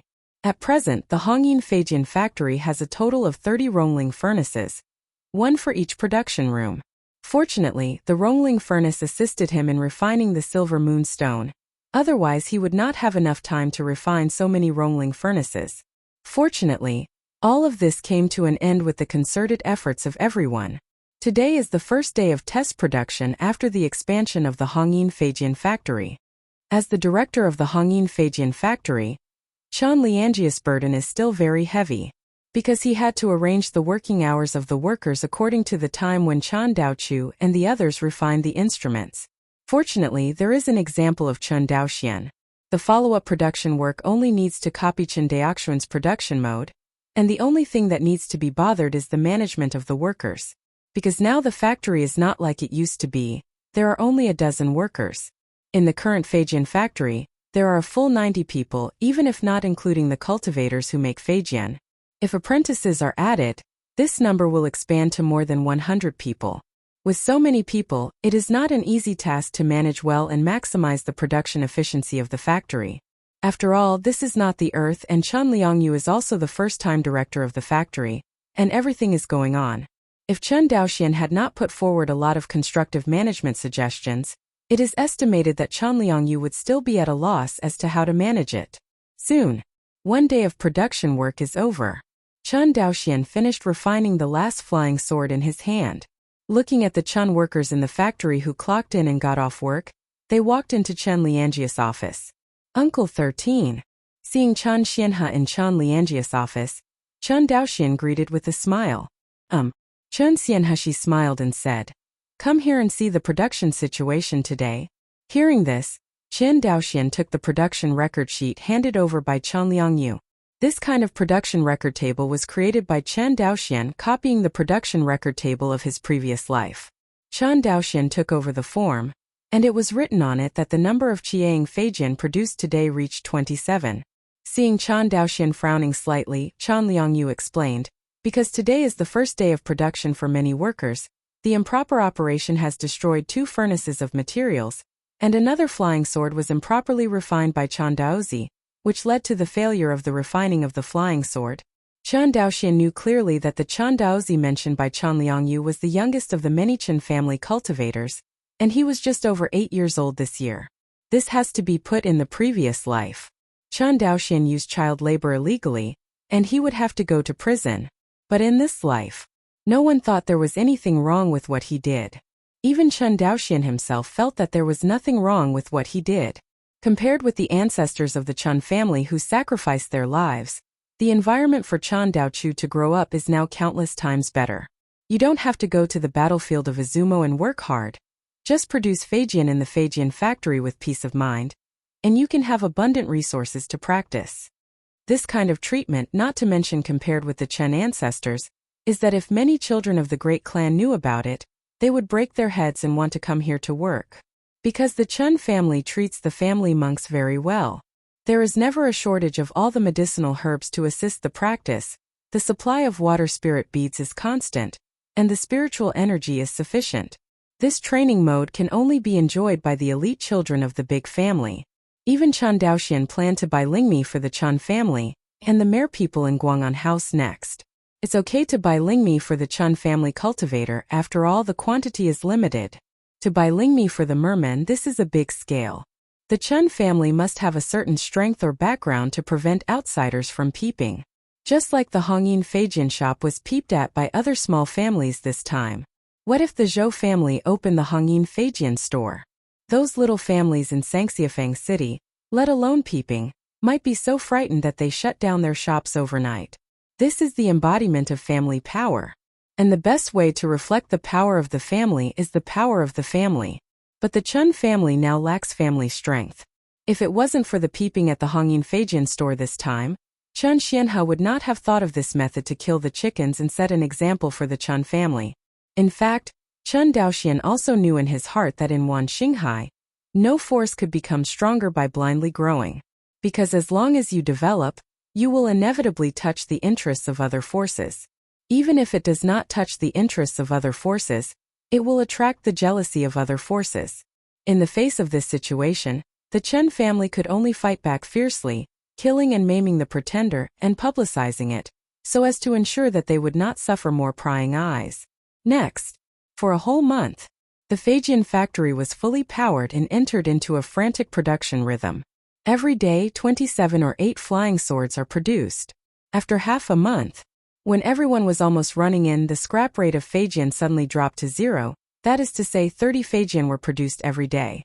In 1 month, the Hongyin Feijian factory produced nearly 900 Feijian, and the production capacity has skyrocketed. Chapter 76. Shuanghu Island Port. Do you remember what I told you?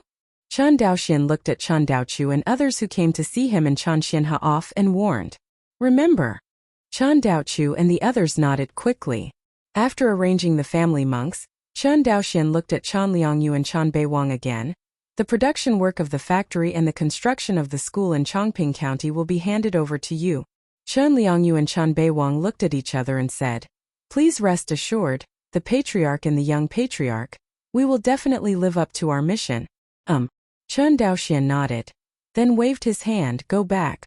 After a stick of incense. Standing on the deck of the Tsongyun, watching the gradually blurred figures of everyone on the dock, Chen Daoxian couldn't help but feel a trace of reluctance in his heart. After more than a year, he will set foot in Guang'an again. It's just that this trip to Guang'an is not a simple matter of purchasing materials and delivering goods. Is to remove obstacles on the way forward for his Chen family. Seemed to think that Chen Daoxian was worried, and Chen Xianhe, who was standing beside him, patted him on the shoulder and said with relief, Don't worry, although this move has certain risks, it is not a big risk. If the operation is done well, my Chen family will not only be able to survive this crisis, but also the future development will be smooth sailing. I'm not worried, Chen Daoxian shook his head. I think it's the Mo family who should be worried, said. He gently rubbed the storage bag around his waist. In the storage bag, Fei Xue and Cheng were lying quietly, as if they sensed the master's intention, and let out a soft sound. Ha ha! Seeing Chen Daoxuan's confident look, Chen Xianhe laughed out loud. Well said. Why are we worried? We should ask him if the Mo family is afraid of us. After finishing speaking, a cold light flashed in Chen Ziyan's eyes. Guang'an Prefecture Xiancheng. After a month, the two set foot on the vast Lingbei Island again. On this trip to Guang'an, the two of them have already been familiar with each other. Back at the store carrying a huge number of flying swords, Chen Xianhe and Chen Daoxian were both waiting for a big fight. But before that, they have one more thing to do. This is also a key step for Chen Xianhe to take advantage of the situation. Otherwise, even if the Chen family repelled the Mo family, there would still be other small families coveting the magic weapon market in Sangxiafang City. Therefore, compared to subduing a few small families in the sanctuary artifact market, what the Chen family has to do this time is to talk about tiger skin. The next day, Guangxinfu Core Business District, Suiyu Building. Kuyulu is the most high-end restaurant in the core business district, and the ingredients here are all the best in Guang'an Prefecture. Having a meal here, even an ordinary foundation establishment cultivator would have suffered for a long time. However, today Chen Xianhe entertained an important guest here.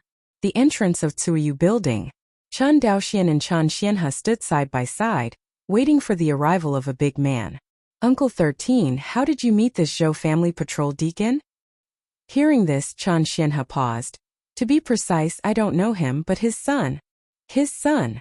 Chen Daoxian frowned. Yes, Chen Xianhe rubbed his hands with a smile. In Guang'an Prefecture, sometimes money is better than strength. Chen Daoxian shook his head. I still can't believe it. How could a dignified foundation building cultivator accept our banquet? Chen Xianhe smiled and said nothing. He can't say that he has a first-rank high-grade craftsman in his family, and he admires this senior very much, right? Ordinary qi refiners are naturally not in the eyes of senior foundation builders, but an artifact refiner is different. Even if he didn't use a first-order crafter, he still didn't have a few juniors. Maybe it will be useful to the other party in the future? Besides, Chen Xian's trip was to give gifts to the other party and flatter the other party. There is no reason why this foundation establishment cultivator would not accept it. Waited for a stick of incense. Just when the two of them were waiting anxiously, the guest Chen Xianhe was waiting for finally arrived. Treading the cloud beast on the beast's car. The two monks got out of the car one after the other. The older one, wearing the casual clothes of the Zhou family patrol team, looked quite cool. This monk looks at his age, about 40 years old. His face is sturdy. He walks with dragon and tiger steps, and when he looks forward he is cold and murderous, and it is terrifying. Chen Xianhe saw at a glance that this person must have been on the battlefield of Izumo. Chen Xianhe is all too familiar with the aura of a battlefield sergeant. This is the Zhou family foundation establishment cultivator that Chen Xianhe wants to entertain. Zhou Muqing, in terms of seniority, the same name as Zhou Mubai. The young man behind Zhou Muqing was his son, Zhou Xiliang. It is precisely because of the constant bribery and befriending this person for more than a year that Chen Xianhe was able to invite this big man behind the other party today. Fellow Taoist Zhou. Chen Xianhe quickly stepped forward, cupped his hands and greeted Zhou Xiliang, but looked at Zhou Muqing who was beside him, and then looked at Zhou Xiliang with expectant eyes. See you. Zhou Xiliang proudly introduced. This is my father. What about the first-order high-grade craftsman of your family that you mentioned earlier? Hearing the words, Chen Xianhe quickly greeted Chen Daoxian behind him. Daoxian, don't come to see Senior Zhou. Chen Daoxian did not dare to neglect. Walked forward in 3 or 2 steps, bowed his hands to Zhou Muqing, and said, Junior Chen Daoxian, see Senior Zhou. Are you the Chen family's first-ranked top-grade craftsman? Zhou Muqing's voice was a bit harsh. It sounded like a metal collision, which made people feel uncomfortable. It's the younger generation. Hearing this answer, Zhou Muqing was quite surprised. He originally thought that even if the Chen family had a first-order weapon refiner, they should be a very old cultivator in the qi refining stage. This made him suddenly interested in this Chen family. Fellow Taoist Zhou, Senior Zhou, let's go inside and eat and chat. I have prepared a banquet for the two of you, and I'd like to invite the two of you to enjoy them. Hearing this, Zhou Muqing nodded non-committally. Chen Xianhe quickly led the way forward. Wait until everyone is seated in the box of Suiyu Building. A few rounds of spirit wine and delicious food. Everyone finally got to know each other a little. Chen Xianhe. The younger generation is here. Chen Xianhe lowered his body and responded respectfully. I heard that your Chen family has been selling first-order low-grade magic tools in the Sangxiafang market for the past year. Do you have so many artifact refiners in your family? Heard this question. Chen Xian's hand holding the wine glass trembled slightly. His eyes turned red, and he couldn't help covering his face and weeping. Seeing this scene, Chen Daoxian on the side couldn't help but stunned. He never imagined that Uncle 13 still has this ability, and his acting skills are also very good. Senior, you don't know something? Chan Xianhe wiped the tears from the corners of his eyes, and said with red eyes, I, a cultivator of the Chan family, a person with poor aptitude, will automatically give up his practice when he reaches the 3rd level of qi refining, and specialize in refining flying swords for the family. Because they only concentrate on learning one method of refining magic weapons, they can train such a magician in a few years. Hearing this explanation, Zhou Muqing was suddenly moved. What do you mean, you cultivators of the Chan family gave up your practice and concentrated on refining weapons to earn spirit stones for your family? Exactly, said. Tears flowed in Chan Ziyan's eyes again. Pity my Chan family's children who sacrifice so much for the family. The family shop is still coveted by wicked people in Sangxiafang City. How unreasonable! This is Guang'an Mansion. How can such wicked people be allowed to be presumptuous? Zhou Muqing hadn't spoken yet, but his son Zhou Xiliang was filled with righteous indignation first. Zhou Muqing glanced at his son, and immediately Zhou Xiliang shrank his neck, drank a glass of spirit wine in embarrassment, and dared not speak again. Chen Daoxian was completely stunned at this moment. Chen Ziyan's acting skills are really good. If he hadn't understood the real situation, I would now wonder if the Chen family cultivator was really so miserable. For the sake of the family, he gave up his practice and concentrated on earning spiritual stones for the family. According to Chen Ziyan's statement, every spiritual stone earned by the Chen family was exchanged for the path of a cultivator within the clan, which was indeed miserable. Zhou Muqing nodded. The behavior of the Chen family cultivator is indeed admirable. As for the villain you call, as long as fellow Taoists stay in Guang'an Mansion for one day, my Zhou family will guarantee that your Chen family shop will be safe for one day. Hearing this, Chan Xianhe became anxious. He didn't want this guarantee. Even if the Mo family and the others lose their minds, it is impossible for them to start operations in Guang'an Mansion. What he wanted was for Zhou Muqing to be able to contribute to the passage from Shuanghu Island to Guang'an Prefecture. As the deacon of the Zhou family patrol, Zhou Muqing's power is actually very great, because he is in charge of a spirit void battleship. As long as Zhou Muqing can cooperate with the Chen family, Chen Xianhe can set up a bureau and put all the people of the Mo family in. Not only that, after this incident he only needs to publicize this incident, and he will be able to rip the tiger skin off Zhou's family. At least, until outsiders didn't know the relationship between the Chen family and the Zhou family, they didn't dare to do anything to the Chen family. And this time is precisely the growth time that the Chen family needs most. The Chen family has just given birth to nearly 10,000 newborns. When this group of children grow up, the Chen family will send another foundation-building cultivator. Even if the Chen family has a firm foothold in Guang'an Prefecture. In order to do all this, the Chen family must have enough spiritual stones and even personal connections. Because you need spiritual stones to buy foundation establishment pills, you need to use the second-order spiritual veins to break through the foundation establishment period. One way or another. During this time, the Chen family needs to find a backer, even if this backer is not real. This is what Chan Xianhe said by taking advantage of the situation. Chapter 77. Hearing Zhou Muqing's high-sounding remarks, Chan Xianhe kept saying yes, and he praised how stable and prosperous Guang'an Prefecture was under the Zhou family's governance.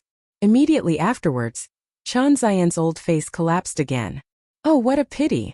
What's the pity for fellow Taoist Chan? Zhou Muqing drank a glass of spirit wine and said calmly, It's a pity that in the Battle of Zenangwan 50 years ago, my Chen family killed 12 monks, so that the monks in the family withered. Who knows? Before Chan Xianhe finished speaking, Zhou Muqing put the wine glass on the table, stared at Chan Xianhe intently, and said, Your Chen family is you lie from the Battle of Zenangwan. Could it be senior? Chan Xianhe looked up at the other party, surprised. Zhou Muqing nodded, his tone softened a little, and said in a low voice, I was in Zenangwan back then. Hear this.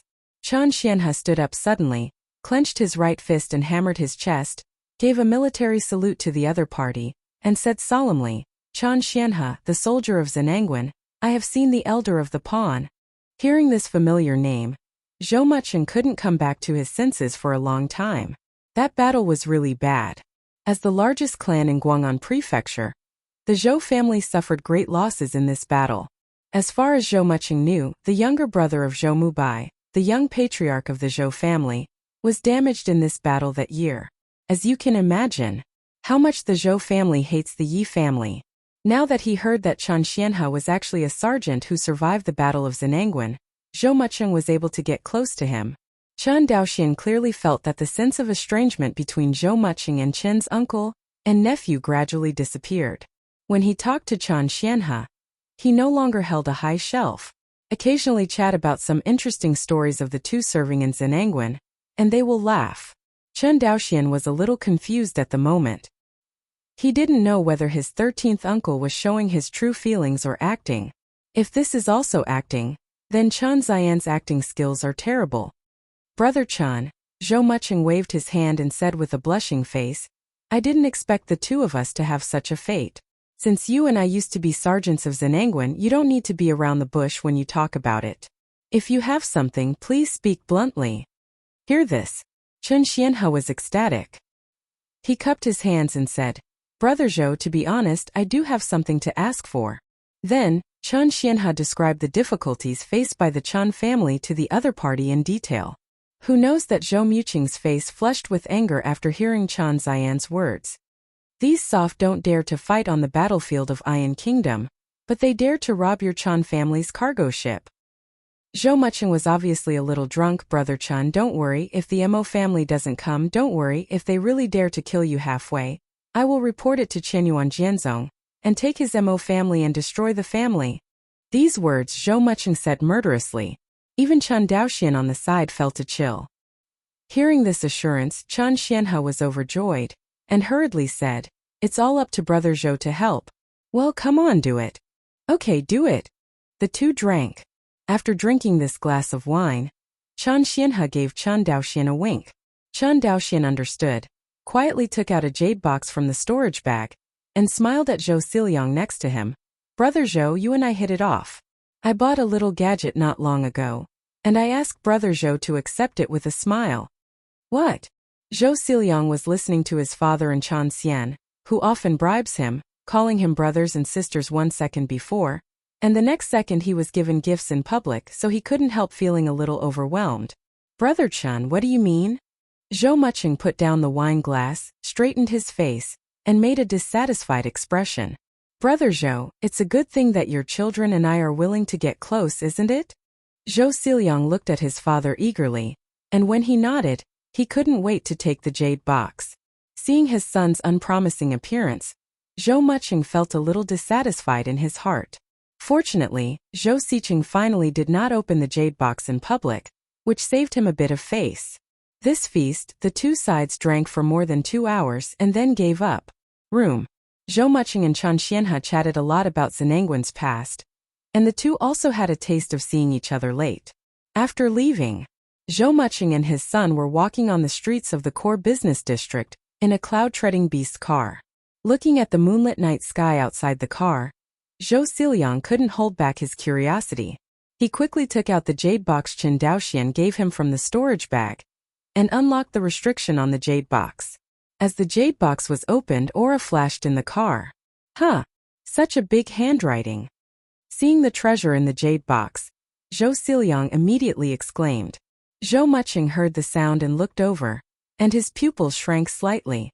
What is in this jade box is a small gift for Zhou Xiliang. It is clearly a big gift for him, Zhou Muqing. Inside the jade box, 10 water spirit beads lay quietly inside, 5 second-order water spirit beads, and 5 first-order water spirit beads. The 5 first-order water spirit beads are estimated to be gifts for Zhou Xiliang, but for Zhou Muqing, they are of little value. But the value of 5 second-order water spirit beads is amazing. The last time Chen Daoxian went to Zhou's auction house, the starting price for a second-order water spirit bead was 1,000 spirit stones. If these 5 water spirit beads were taken to the auction house, they could be sold for more than 6,000 spirit stones. Even if Zhou Muqing could buy it at the family's internal price, it would cost 5,000 spirit stones.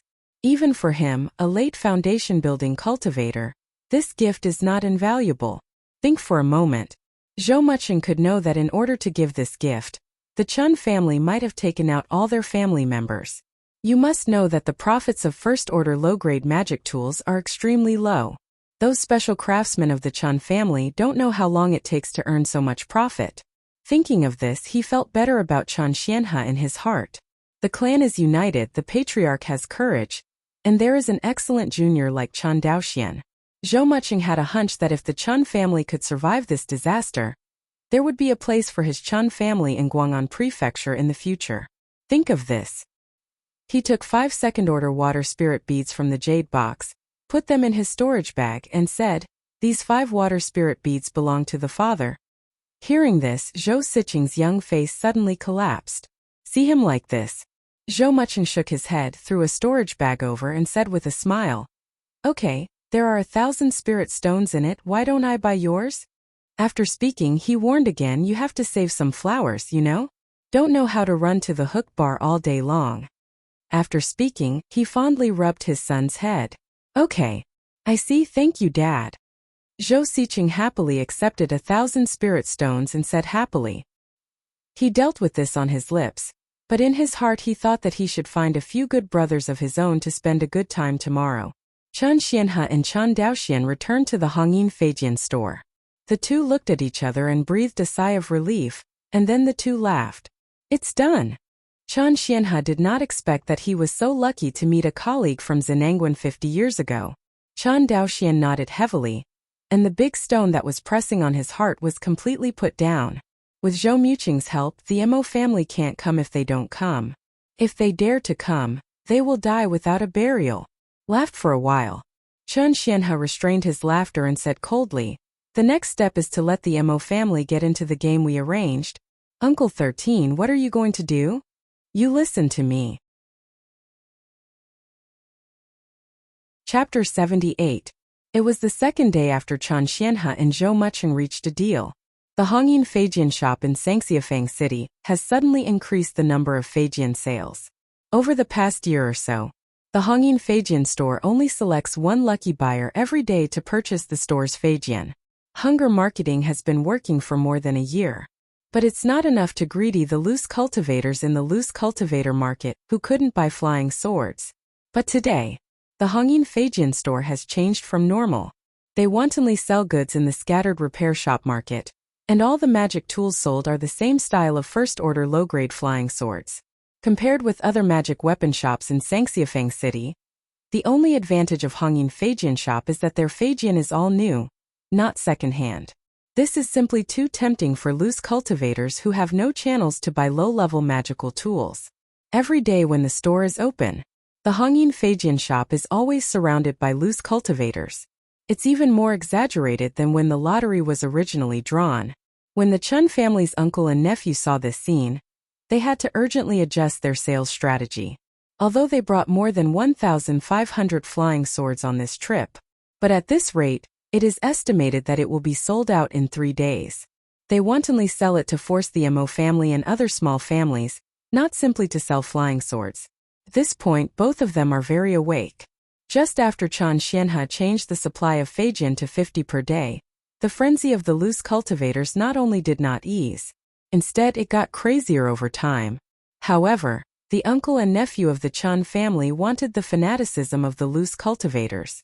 The more fanatical they are, the more bleak the business of other magic weapon shops in Sangxiafang City will be. As a result, the small family headed by the Mo family couldn't help but want to attack the Chun family. Really, it was on the 10th day when the Hongyin Feijian shop went out to sell. The Mo family finally couldn't bear it anymore and took the initiative to come to the door. Hongyin Feijian shop. After a day's business, Chun Xianhe and Chun Daoxian were about to close their doors. At this moment, 3 monks dressed in luxurious clothes took the initiative to come to the door. The leader was a cultivator in his early 50s. He looked energetic, and his whole body revealed a harmonious charm. The 2 behind him, one of whom was in his early 30s with a white face and no beard, were dressed in purple Taoist robes, and their cultivation had reached the 9th level of qi refining. The other, who seemed to be a loose cultivator, was wrapped in black robes and could not see clearly. These 3 people are the head of the Mo family, Mo Changsheng, and the cultivator of the Mo family, Mo Yuqing, and a loose cultivator they found. Chun Xianhe didn't know Mo Changsheng, But he was very impressed with Mo Yuqing, the man behind him who once said he would buy their store Feijian. It's you.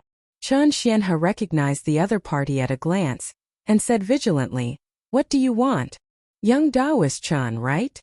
Without waiting for Mo Yuqing to speak, the head of the Mo clan took the lead and said, introduce myself first, I am the Mo clan head Mo Changsheng. You must have heard of Mo's Treasures Pavilion, fellow Daoist Chan? It's my Mo's property. Chen Xianhe nodded slowly. I've heard of it, but I don't know what your friend is here for. If it's the same thing last time, I advise fellow Daoists not to waste your time. My Chen family will never hand over the sales channels to others. Hearing this, Mo Changsheng's face changed at first, but then he calmed down again and said with a smile, fellow Daoist Chan, you and I are both members of the Guang'an House Qi refining clan, and we should be watching and helping each other, so why be so aggressive? Am I being aggressive? Chen Xianhe laughed angrily at his words. I don't know who made it clear last time that he wanted to forcibly buy my Chen's Feijian shop. Let me ask, is it your Mo family being aggressive, or my Chen family being aggressive? Hearing this, Mo Changsheng smiled and said, it's all members of my Mo family who are ignorant. I am here to apologize to fellow Daoist Chen for him. Having said that, Mo Changsheng gave Chen Xianhe a deep bow. Humph! Chen Xianhe tilted his head. Since the misunderstanding between us has been eliminated, let's talk about new cooperation. What do you think about fellow Daoist Chen? What do you want to talk about? Chen Xianhe wondered. Friend Chen, can you take a step to speak? Okay. Chen Xianhe thought about it, winked at Chen Daoxian and nodded in agreement. The two entered the store and sat opposite each other. After serving Mo Changsheng tea, Chen Xianhe opened his mouth and said, I don't know what the cooperation mentioned by Dao Mo is referring to? Yes, Mo Changsheng smiled and said, what do you think about the low-end magic weapon market in Sangxiafeng City, Guang'an Prefecture? Very expansive. Chen Xianhe thought about it. That's right. Mo Changsheng clapped his palm and agreed. My Mo family thinks so too. However, why don't my fellow practitioners in the Sangxiafeng City buy many magical implements every year in my other magical implement shops? Before waiting for Chen Xianhe to answer, Mo Changsheng took the initiative to say, the reason is that the scattered practitioners in the scattered cultivator market do not look down on the second-hand magic tools in our hands. Daochen, you are different. You have an artifact refiner who can refine magic tools, while my Mo family has been rooted in the scattered workshop for more than 100 years and has a lot of sales experience and complex interpersonal relationships. You and I have joined forces, so why not make it bigger and stronger? When Chen Xianhe heard this, he seemed a little moved. Chen Daoxian, who was on the side, scolded angrily. Listening to what you mean, what's the difference between buying my Chen's Feijian shop? Are my Chen family all fools and can't even sell magic weapons? Yes. Chen Xianhe suddenly showed an expression of sudden realization. That expression seems to say, I almost fell for your old boy. After finishing the matter, he gave Chen Daoxian a reassuring look. Seeing that Chen Xianhe was about to agree, but was disturbed by Chen Daoxian halfway through, Mo Chang's face was flushed with anger, and the anger he had been suppressing since entering the store could no longer be concealed. He gradually turned a cold face, glanced at Chen Daoxian and then said coldly, if I remember correctly, your Chen's shop has always been the only one Chen Daoxian, right? Why is there an extra junior today? Hearing this, Chen Xianhe immediately showed a stern expression and said, what do you mean by that?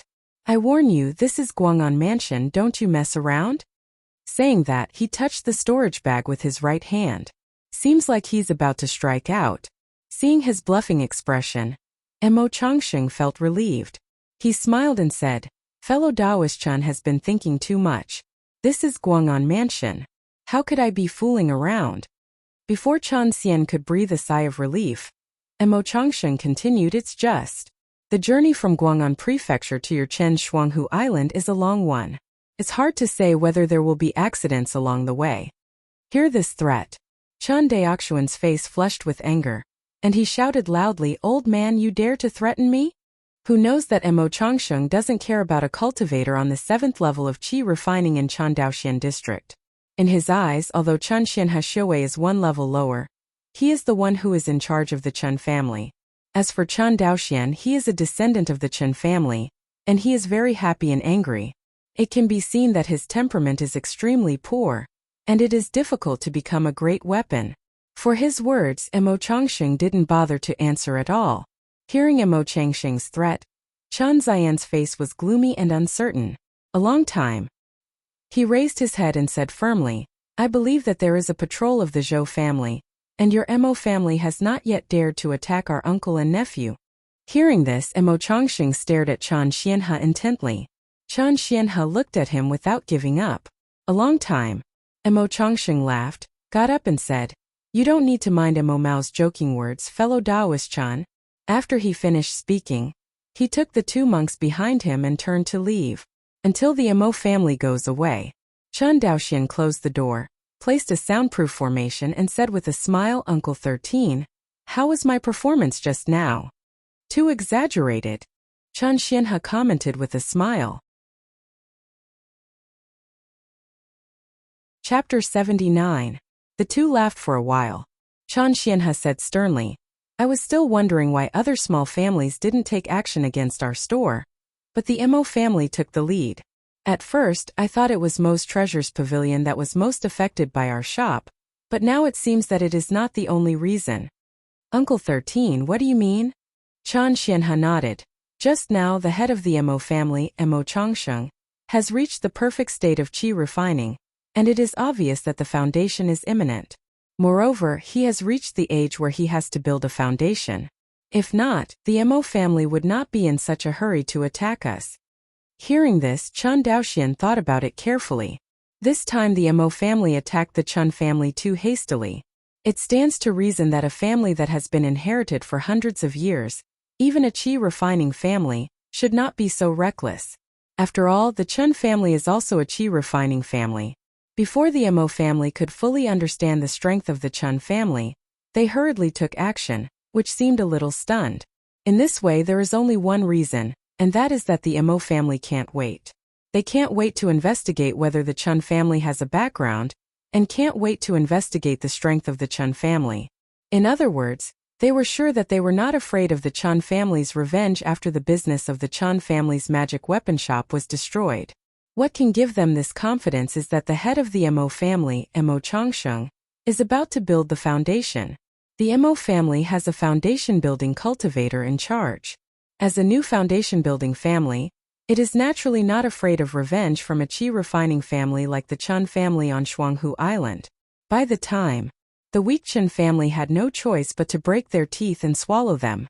Speaking of which, Chen Xianhe smiled again. If before I was only 50% sure that the Mo family would kill us on our way back, then now I'm at least 90% sure. Mo Changsheng will definitely take the bait. Chen Xianhe was decisive. Out of the Hongyin Feijian store, Mo Changsheng had a livid face along the way and remained silent. Mo Yuqing and the black-robe loose cultivator did not dare to disturb him when they saw him like this. The atmosphere of the team was a little dull. Wait until everyone returns to Mo's treasure pavilion. After Mo Changsheng instructed Mo Yuqing to close the door of the shop, everyone went upstairs to talk. Friend Jia, Mo Changsheng cupped his hands towards the black-robed loose cultivator. I wonder if your spirit beast can remember the aura of the two of you. Heard. The black-robe loose cultivator took out a fluffy, pointed nose and short-tailed little beast from the spirit beast bag, and made a short and strange sound from his mouth, as if he was talking with the little one. A long time.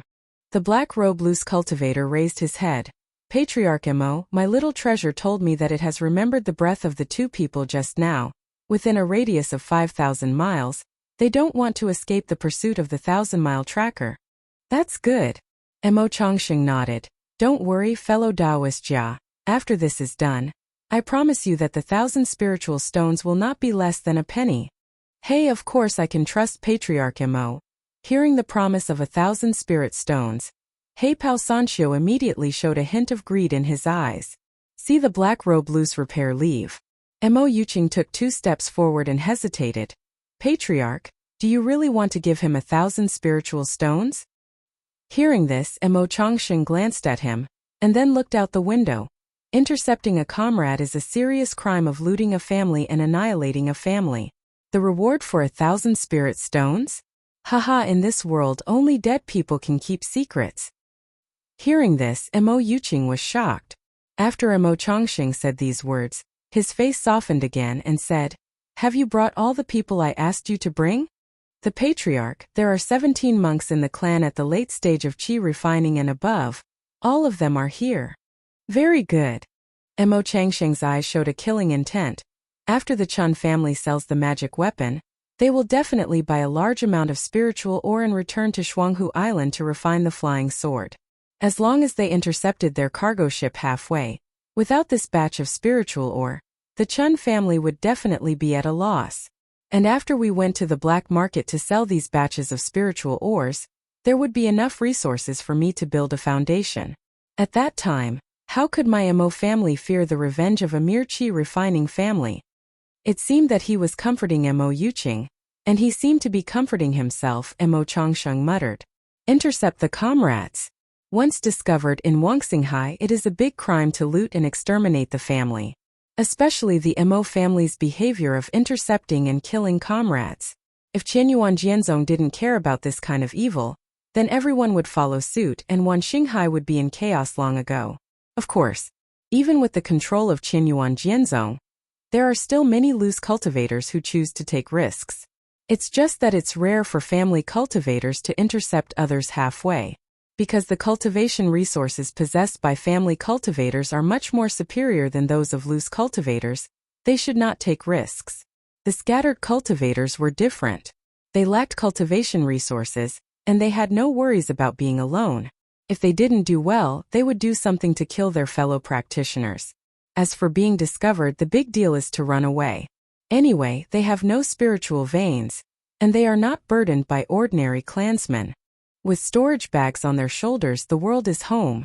Back then, the Sun brothers who set up the trap of the immortal mansion and prepared to kill Chan Daoxian were typical representatives of this type of loose cultivator. Of course, with the high-pressure policy of the Qianyuan sword sect, and the battlefield opened up by the Izumo kingdom for loose cultivators to obtain cultivation resources, there are fewer and fewer loose cultivators who kill their fellow practitioners in Wuxia. Because they found out, the risks and rewards of killing fellows are not proportional. It's easy to kill a loose cultivator, but the loose cultivator is often more than a clean face, and it doesn't gain much if he kills it, but it makes a fuss. And intercepting the family's children, the risk is much greater. Who knows what kind of cards the children of the family hold in their hands? If it doesn't work, the boat will capsize and it's not certain who kills who. This kind of loose cultivator intercepts and kills fellow practitioners only to seek money, not to seek death. After weighing the pros and cons, it is better to go to the battlefield of Izumo to fight for a future. This is also an important reason why the Sun brothers gave up killing Chan Daoxian and chose to go to the battlefield of Izumo. The next few days, there was a strange scene in the magic weapon market in Sangxiafeng City. The magic tools in the Hongyin Feijian store are in short supply, while other magic tools stores opened by loose cultivators or small families are very busy. But everyone didn't make any statement, and seemed to be waiting for an early bird to break the deadlock. However, everyone is unwilling to be this early bird. Or they know that someone is already in the early stage. Just 1 month. Hongyin Feijian shop sold Feijian crazily, and finally sold 1,500 Feijian within a month. This time, the Hongyin Feijian shop was completely popular among the scattered cultivators at the bottom of Sangxiafeng City. Can be said that it has reached the point where no one knows it. The big family turned a blind eye to this scene, while the small family in Guang'an Mansion and some shallow foundation building families began to inquire about the origin of the Chan family on Shuanghu Island. To this scene, Chan Xianhe and Chan Daoxian had expected it. Since the low-key sale of Feijian is still coveted by others, it is completely high profile. It's just that at the same time of high profile, the Chun family must kill the chickens to show the monkeys and establish a prestige. And the Mo family who jumped out actively was the chicken selected by the Chun family. Chapter 80. Guang'an Port. Watching a truckload of spiritual ore transporting the Shangtsonglong cargo ship, Chan Daoxian frowned and said, "Uncle 13, do you think the Mo family will be fooled?" When things came to an end, Chen Daoxian would inevitably worry about gains and losses. The Chun family was so painstakingly arranged that if the Mo family didn't come, they would have nothing to draw water from the bamboo basket. Chen Xianhe was much more confident. He patted Chen Daoxian on the shoulder and said with a smile, "Don't worry, they will definitely come. You are still young, and you don't understand the desire of a qi refining cultivator who is nearly 60 years old." Chen Xianhe still had something to say. At the beginning he had also been so eager or desperate. Chen Daoxian's aptitude is amazing, and the Chen family has no shortage of resources now. For him, building a foundation in the future is a sure thing. Of course he couldn't understand how desperate and crazy those people who couldn't build a foundation, or who were just one step away from building a foundation would be. Southwest waters of Wuxia. A fleet sailed on the rippling sea. In addition to the supplies purchased by the Chen family, the Zongyun led by also carried a new batch of female slaves from Izumo. It's just that the female slaves of the Izumo country bought this time are far less than the first time Chen Daoxian bought. The reason? It's not that the Chen family has no money to buy it, but that the young female slaves in Guang'an Prefecture are almost sold out. In addition, the resource transport ships on the front line did not come. The price of young female slaves in Guang'an Prefecture has remained high during this period, and it has even reached the terrifying price of 2 spirit stones apiece. With such an expensive price, the Chen family is naturally unwilling to be taken advantage of. In addition, the young and beautiful female slaves have basically been selected, and Chen Daoxian only purchased more than 1,000 female slaves from the Izumo country this time. Have to say, for more than a year, the ordinary male clan of the Chen family on Shuanghu Island has been in happiness and pain. In the beginning they felt happy, and then they became a little miserable. Chen Daoxian found more than once that when the adult men in the clan usually walked, many of them covered their waists with their hands. The two stood on the deck of the Zongyun. Chen Xianhe glanced at the cabin behind him and hesitated. "Daoxian, are we going to suspend the purchase of female slaves from the Izumo country? If this goes on, I'm afraid the clan's body won't be able to support it." Chen Xianhe persuaded while stroking his beard. Hearing this, Chen Xianhe glanced at the cabin and said coldly, "It doesn't matter, I bought a lot of supplements for the clan this time, it will be fine." Hearing this, Chen Xianhe almost broke his beard. He is a little fortunate now that he is a monk, not an ordinary Chen clan. While the two were chatting, ahead, a huge ship faintly approached them. The speed of this giant ship was so fast that it only took half a cup of tea to approach the Chen family's fleet. Chen's uncle and nephew ordered the fleet to avoid. Who knows that the other party seems to have identified the Chen family's fleet, and is determined to force the Chen family's fleet over. See this scene. Chen Daoxian and Chen Xianhe had a faint guess in their hearts. The two of them were swept away. As expected, he found that there were 20 qi refining cultivators on the other side's boat. Also, except for the black-robed loose cultivator, everyone else's cultivation was in the late stage of qi refining. In other words, among these Mo family cultivators, even the worst one had reached the 7th level of qi refining. Why did the Mo family run in front of us? Chen Daoxian looked at Chen Xianhe, puzzled. Chen Xianhe shook his head and said solemnly, "There are many strange ways of tracking in the cultivation world. It is not surprising that they can wait for us halfway." Obviously, Chen Xianhe has seen some wonderful tracking methods. After saying that, he warned again, "Be careful later. Beware that the Mo family cultivator's dog jumps over the wall and hurts you." Hearing this, Chen Daoxian pursed his lips. He is not worried that the other party will hurt him. To be honest, Chen Daoxian himself is a little confused about how strong he is now. But there is one thing he can be sure of, that is, his strength is absolutely invincible among the cultivators in the qi refining period. Practiced till now, Chen Daoxian only learned 2 swordsmanships in total: wind-chasing swordsmanship and rain-covering swordsmanship. In general, when the outer disciples of Qianyuan sword sect are in the qi refining period, they must cultivate one of the first-order sword arts such as wind-chasing sword art and rain-covering sword art to the realm of mastery, in order to be considered qualified. And inner disciples, in addition to the spiritual root requirements, must cultivate 2 or more first-order sword arts to the realm of great achievement. In other words, even the Qianyuan sword sect would not force the inner disciple to cultivate the first-order sword art to the perfect state, because this requirement is too difficult for disciples in the qi refining stage. If there is any inner disciple who cultivates the first-order sword art to the perfect state during the qi refining period, he will become a candidate for the Qianyuan sword sect in an instant. As long as you advance to foundation establishment and comprehend sword intent, you will be able to rank as a direct disciple. Zhou Mubai of Guang'an House, if he was born in Qianyuan sword sect, he should be able to become a direct disciple. Chen Daoxian completed his wind-chasing sword art in 3 months, and then spent another 3 months completing his rain-covering sword art. After a full 4 months, I was stuck on the fusion of wind-chasing sword art and rain-covering sword art. Until a year ago, Guan Hating realized the Tao, comprehended the profound meaning of chasing the wind and covering the rain sword art, and from then on, the level of Kendo entered a new world. Since then, full year, Chen Daoxian practiced on Shuanghu Island every day, and had an epiphany every 10 days. Every time he had an epiphany, his Kendo level improved.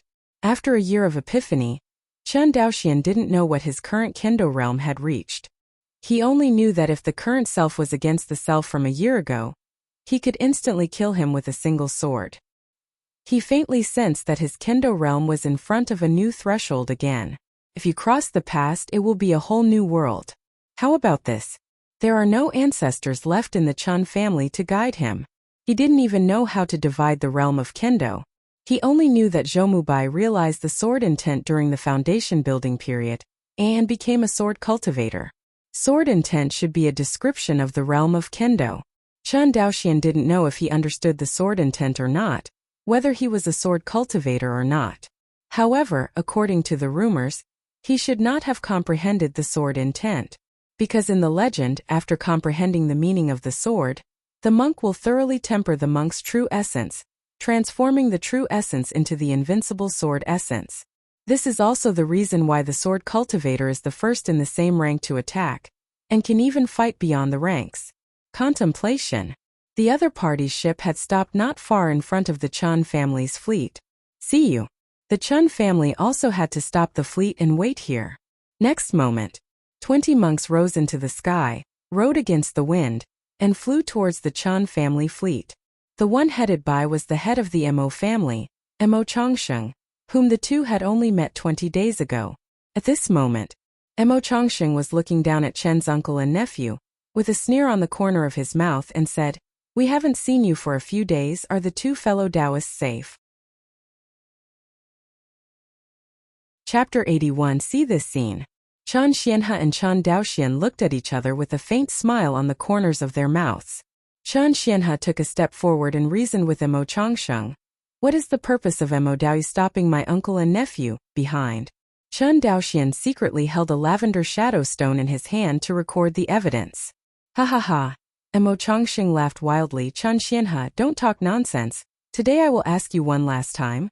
Chen's magic weapon shop, will you hand it over?" Hear this straightforward threat. Chen Xian's face turned pale, and he said nervously, "Daoist friend Mo, don't make a mistake, I warn you. I have already notified the Zhou family's patrol fleet that they are on their way. You have to think about it clearly. Intercepting and killing your comrades is a serious crime of raiding your family and destroying your family. Do you want your Mo family to be raided and wiped out?" Hearing the 4 words of slaughtering the family and exterminating the family, Mo Changsheng's eyes faintly revealed a trace of fear. Obviously, intercepting Chen Xian's uncle and nephew halfway, he was also under a lot of psychological pressure. After all, for every cultivator living in Wuxia, the prestige of Qianyuan sword sect is too great. Be stubborn, court death. Mo Changsheng felt a little uneasy in his heart, and immediately ordered the Mo family cultivator behind him. "Go, herd." The Mo family cultivators dispersed immediately and surrounded Chen Xian's uncle and nephew's Congyun number. This time, Chen Xian's uncle and nephew really had no way to go to heaven and could not escape when they went to sea. Seeing that Chen Xianhe wanted to speak, Chen Daoxian stepped forward and said with a smile, "Uncle 13, I have recorded the evidence." Saying that, he raised the shadow stone in his hand. Hearing this, Chen Xianhe, who was going to perform again, suddenly shut up and instructed, "Be careful with everything. The Zhou family should be nearby. You just need to hold them for a while." "Uncle 13, you can rest assured," Chen Daoxian said, and took out Feishua Chungning Ergian from the storage bag. High in the air, a spirit void battleship is hidden in the clouds. Inside the Lingshu battleship, in front of Zhou Muqing, he performed a circular mirror technique. Inside the mirror, at the moment, the screen of the Mo family cultivator intercepting the Chan family uncle and nephew is playing. Seeing this, Zhou Mushing's face turned cold and he ordered, "Let's go down." "Yes, Lord Deacon." On the sea, after the Mo family surrounded Chen's uncle and nephew, they took out the magical instruments from the storage bags one after another. Looking at the styles of their magical instruments, most of them used flying swords.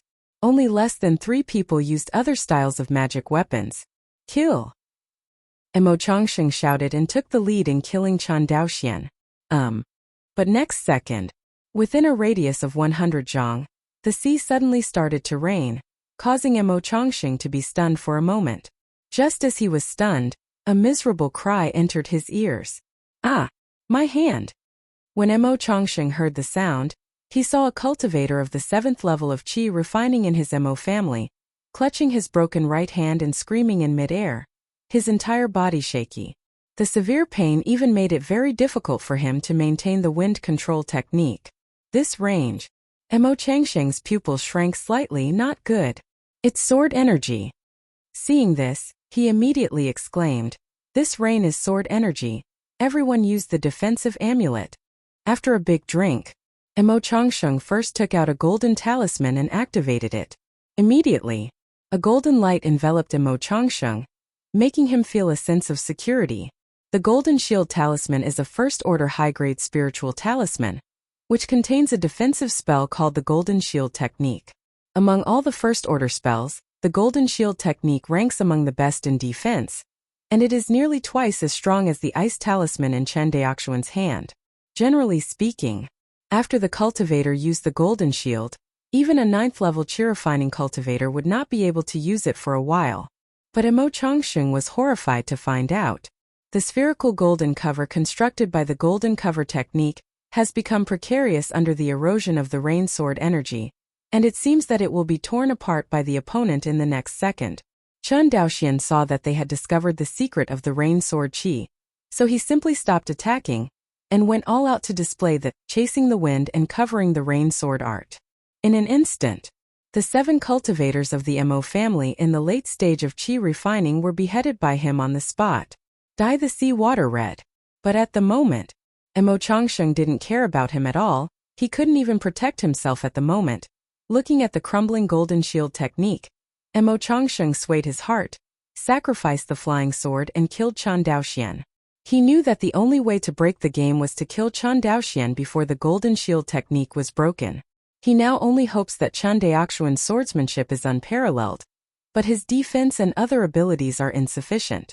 Otherwise, the 19 monks of their Mo family would all be buried here today. Of course, Mo Changsheng would not have thought that he was hitting right, and he actually guessed Chan Daoxuan's shortcomings. Compared to his attacking power, Chan Daoxuan's defense is indeed his biggest weakness. In terms of defense methods, Chan Daoxian was not much better than ordinary cultivators in the late stage of Qi refining. But sometimes offense is the best defense, like right now. Mo Changsheng's sword light tore through the rain curtain and killed Chan Daoxian.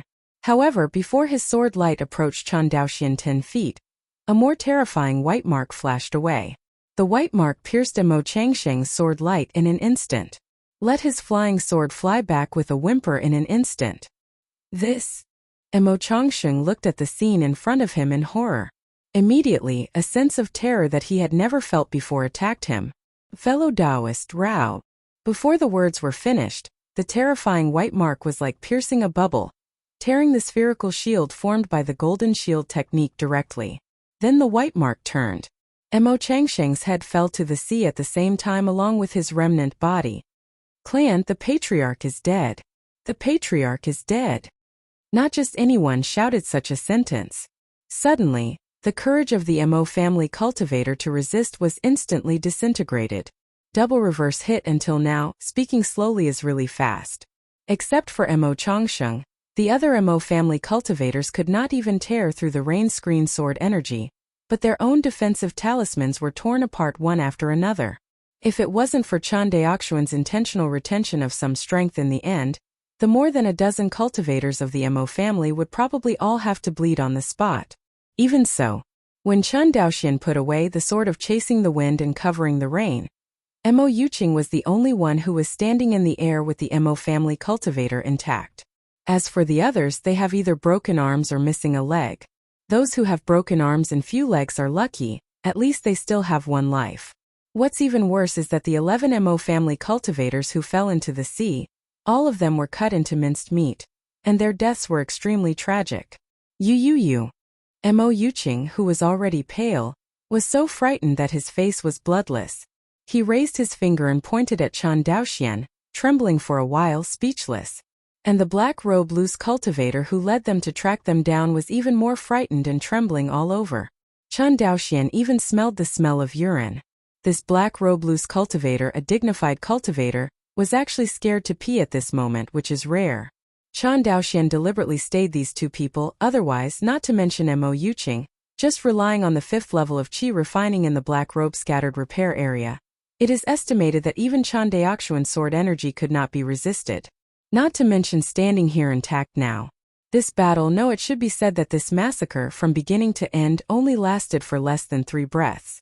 Fight down. The head of the Mo family was in a different place, and the 11 Mo family cultivators were broken into pieces and scattered in the sea. The remaining 7 Mo family cultivators, except Mo Yuqing, were all seriously injured. Even though Mo Yuqing was not injured, but at the moment he was killed, the only thought in his mind now is to live. Only when he faced death did he know that the most precious thing in this world was not money but life. Right now, there was a roar in the sky, and a spirit void battleship cut through the sky and landed. Who knows? When Mo Yuqing saw the Lingshu battleship, it was like a drowning man had grabbed the last straw. He pointed at Chen Daoxian and screamed in a hoarse and sharp voice, "Killed! He killed! Help! Senior, help!" Chen Daoxian. Chapter 82. Senior, help! Mo Yuqing wailed as he flew towards the Lingshu battleship, as if there were deadly evil spirits behind him. The huge spirit void battleship hovered above everyone's heads. Immediately, streams of light flew down from the spirit void battleship. It is the escape light of the base building cultivator. When Chen's uncle and nephew saw this scene, the old watched Mo Yuqing's performance at ease. Seeing that Chen Daoxian didn't stop him, Mo Yuqing felt a surge of ecstasy in his heart. Just as he was ecstatic, a flash of light swept across him, and then an extremely cold face came into his eyes. "Senior, I am noisy." Zhou Muqing glanced coldly at Mo Yuqing, grabbed his neck with one hand, and held him in his hand as if he was carrying a chicken. With Zhou Muqing and others escaping and descending on the Zongyun, uncle and nephew of the Chen family hurried forward to greet him. "Brother Zhou." "Uncle Zhou." Chen Xianhe and Chen Daoxian hurried forward and bowed their hands, smiling happily. Seeing Chen Xianhe, especially when seeing Chen Daoxian, Zhou Muqing's eyes lit up slightly. Chen Daoxian's performance against the Mo family cultivator just now. He can see it all. Zhou Muqing was surprised to find that when it comes to the realm of Kendo, the young junior in front of him is actually above him. This is a little scary. You must know that he is a cultivator on the 7th floor of the foundation building, and his cultivation base is a great realm higher than that of Chen Daoxian. Chen Daoxian started practicing swordsmanship in his mother's womb, and the level of Kendo is impossible to surpass him. The only explanation is that Chen Daoxian, like his Zhou family's arrogant Zhou Mubai, is a unique Kendo genius. If this kind of Kendo genius does not fall in the future, he is destined to become a famous person. Think of this. Zhou Muqing regenerated his intention to make good friends with his uncle and nephew of the Chen family. Especially Chen Daoxian is still so young. Regardless of his appearance, Zhou Muqing is only in his 40s, but in fact he has been practicing for more than 150 years. Even if the foundation building cultivator had 200 years of lifespan, Zhou Muqing didn't have much left. And Zhou Muqing knew in his heart that if he didn't have much chance, the possibility of him breaking through to the Purple Mansion in this lifetime is very slim. It would be fine if Zhou Muqing was alone. However, he had a son at an old age, and had a son Zhou Xiliang in the qi refining period.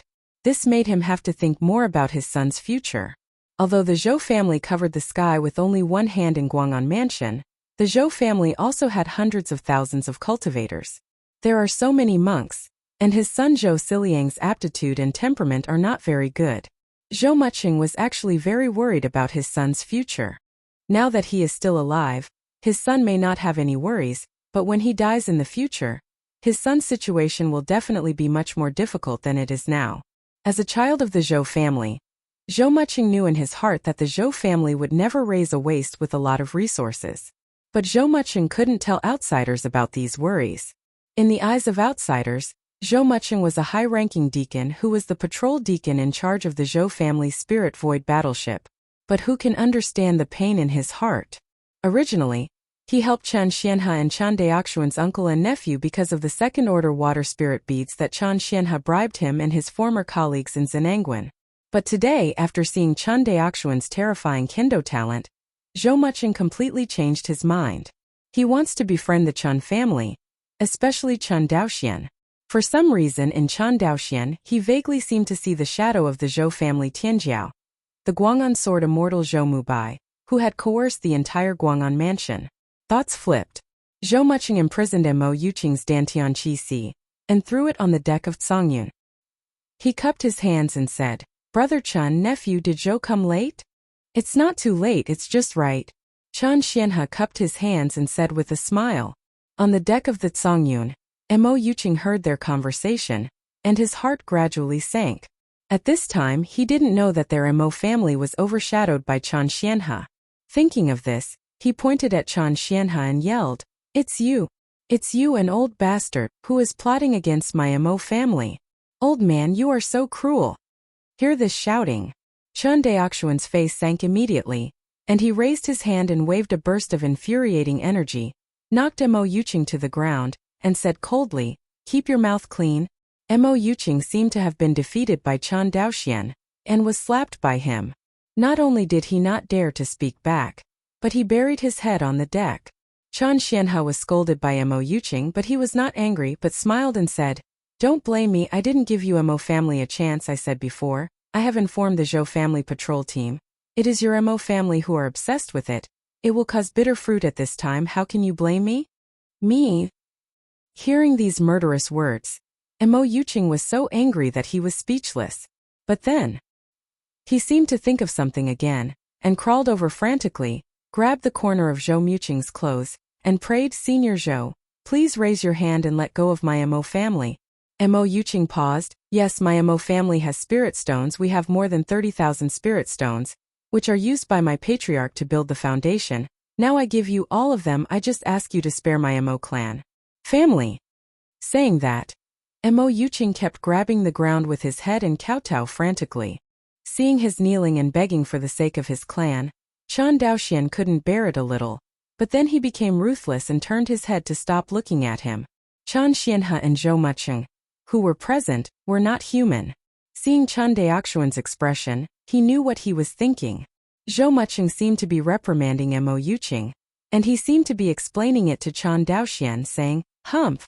If everyone in Guang'an House follows your Mo family's example, and after intercepting the comrades and being exposed, bribing my Zhou family cultivator will be able to get away with it. How can there be peace in my huge Guang'an mansion?" After speaking, he paused, and a meaningful smile appeared on the corner of his mouth. "Besides, where did your Mo family get more than 30,000 spirit stones? If you have so many spirit stones, why would you kill your fellows?" Hearing this, Chen Xianhe on the side hurriedly echoed, "Brother Zhou is very true. The Mo family is only poor and crazy to kill our uncle and nephew. How can they have more than 30,000 spirit stones? This son must be lying to you. Ha ha ha." Speaking, the two looked at each other and smiled without saying anything. Chen Daoxian glanced at Uncle 13, and then at Zhou Muqing. He found that the monks in Wan Xinghai were more ruthless than the others. The Mo family is completely over this time. Thinking of this, he handed the photo stone to Zhou Muqing and said, "Uncle Zhou, this is the evidence that the Mo family intercepted our uncle and nephew." After taking Chen Daoxuan's photo-taking stone and releasing it for everyone to see, Zhou Muqing sneered, "What else do you have to say about your Mo family?" Hearing this, Mo Yuqing glanced at Chen Ziyan's uncle and nephew and Zhou Muqing, with a look of despair on his face, completely slumped to the ground. Chapter 83. Lord Deacon. The remaining 6 monks of the Mo family, and this sneaky loose cultivator have all been captured. Please Lord Deacon for instructions. On the deck of the Tsongyun, a cultivator in the early stage of foundation building led a team of cultivators from the Zhou family in the late stage of qi refining, and captured all the remaining cultivators of the Mo family who were seriously injured, including the intact black-robed loose cultivator. Zhou Muqing glanced at it, first the battleship back. Immediately, he pointed at Mo Yuqing and said, "Take him back with him." "Yes, Lord Deacon." After that, the cultivator in the early stage of foundation establishment picked up Mo Yuqing, who was lying on the ground, and returned to the Spirit Void battleship with the escape light. See. Zhou Muqing turned around, looked at Chen Daoxian and said, "Nephew, will you come with me to the Mo family to be a witness?" Hearing this, Chen Daoxian and Chen Xianhe looked at each other and said, "Then I will disturb Uncle Zhou." "Haha, don't bother Brother Chen. Then let's go ahead. Brother Zhou, walk slowly. Daoxian, remember to obey your Uncle Zhou's orders on this trip." "Yes, Uncle 13. Chen Daoxian cupped his hands and then together with Zhou Muqing, flew to the Spirit Void battleship above everyone's heads. This is the second time Chen Daoxian has seen this behemoth. It's just that compared to the first time I saw it, this time Chen Daoxian was invited to board this battleship as a guest, and his feelings were naturally very different. The figures of Chen Daoxian and Zhou Muqing were as small as 2 mayflies in front of the Lingshu battleship. Enter the Spirit Void battleship. Chen Daoxian was shocked as if he had entered a fairy house. "This is Aura?" Chen Daoxian looked at Zhou Muqing in surprise. "Right." Zhou Muqing smiled and nodded. Each of the Spirit Void battleships has a spirit pivot pool, which can not only provide power for the Spirit Void battleship, but also provide spiritual energy for the monks inside the Spirit Void battleship. If you have to make an analogy, you can think of it as a spiritual vein that can move. Movable spiritual veins. The Chen family has just cultivated a first-order spiritual meridian. In his understanding, the spiritual meridian is built according to the terrain, and there is no reason to move it. But the Spirit Void battleship in front of him obviously shattered his imagination of the spirit veins. Perhaps this so-called Lingshu pool is probably equivalent to the nuclear-powered engine on the previous aircraft carrier. Chen Daoxian, who doesn't know the reason, can only make this analogy. This kind of large-scale war artifact is the foundation of the big forces. Generally, small families and small forces, not to mention refining and building it, even have no way to buy it. Zhou Muqing continued to introduce, "My Zhou family's Spirit Void battleship can take 21 foundation-building cultivators and 126 qi refining cultivators when fully loaded. Under the joint control, the strongest cultivators in the late period of Zifu can burst out with all their strength. One strike." Hearing this, Chen Daoxian's heartbeat suddenly accelerated. Immediately, seemingly thinking of something, Chen Daoxian cupped his hands and said, "Uncle Zhou, in this way, isn't this Spirit Void battleship comparable to a Zifu monk?" Hearing this, Zhou Muqing laughed dumbly, shook his head and said, "How can it be so simple? Although it can burst out the full blow of a cultivator of the Zifu, it does not have the flexibility of a cultivator of the Zifu." Zhou Muqing paused. "Have my nephew ever seen a puppet?" "Puppet?" Uncle Zhou is talking about the puppet beast produced by the Qianji Temple of Xianyanzhu? "Yes, that's it." Zhou Muqing nodded. "The Xianqing Dao League used a lot of the puppet beasts sold by the Qianji Temple in the battle against my Wan Xinghai. If this kind of puppet beast can be compared to a cultivator, then my Wan Xinghai would have been broken by the Xianqing Dao League long ago. This spirit warship is the same as the puppet beast. Most of the attacks it sends can only attack in one direction in advance, and the higher the intensity of the attack, the more difficult it is to change lanes in the middle. If the Spirit Void battleship attacks with all its strength, then its attack will never change in the middle. This kind of attack, not to mention the Zifu cultivator, even the foundation-building cultivator can easily avoid it." Hearing this explanation, Chen Daoxian finally had a preliminary impression of this Spirit Void battleship. However, although the Spirit Void battleship can't be used to deal with monks, it has a use. Said, Zhou Muqing smiled mysteriously. "You can see the use of this later." Hearing this, Chen Daoxian was silent. After pondering for a moment, Zhou Muqing continued, "Nephew, I just saw that you fought against the Mo family cultivator. It seems that you haven't practiced defensive methods?" Dao Xian is ashamed, my Chun family is weak, and there is no refining method for the inheritance of defense methods and defense instruments. Hearing this, Zhou Muqing nodded his head. The refining methods of defensive spells and defensive instruments are indeed much more precious than offensive methods. As he said that, he took out a jade slip from the storage bag and handed it over. This is a first-order defense sword art, rock sword art, that I exchanged for my combat achievements in the Izumo country in the early years, and I give it to you. Uncle Zhou, how does this make it? Chun Daoxian was a little frightened. What? Your uncle and nephew can give my son Zhou Xiliang such a precious second-order water spirit bead.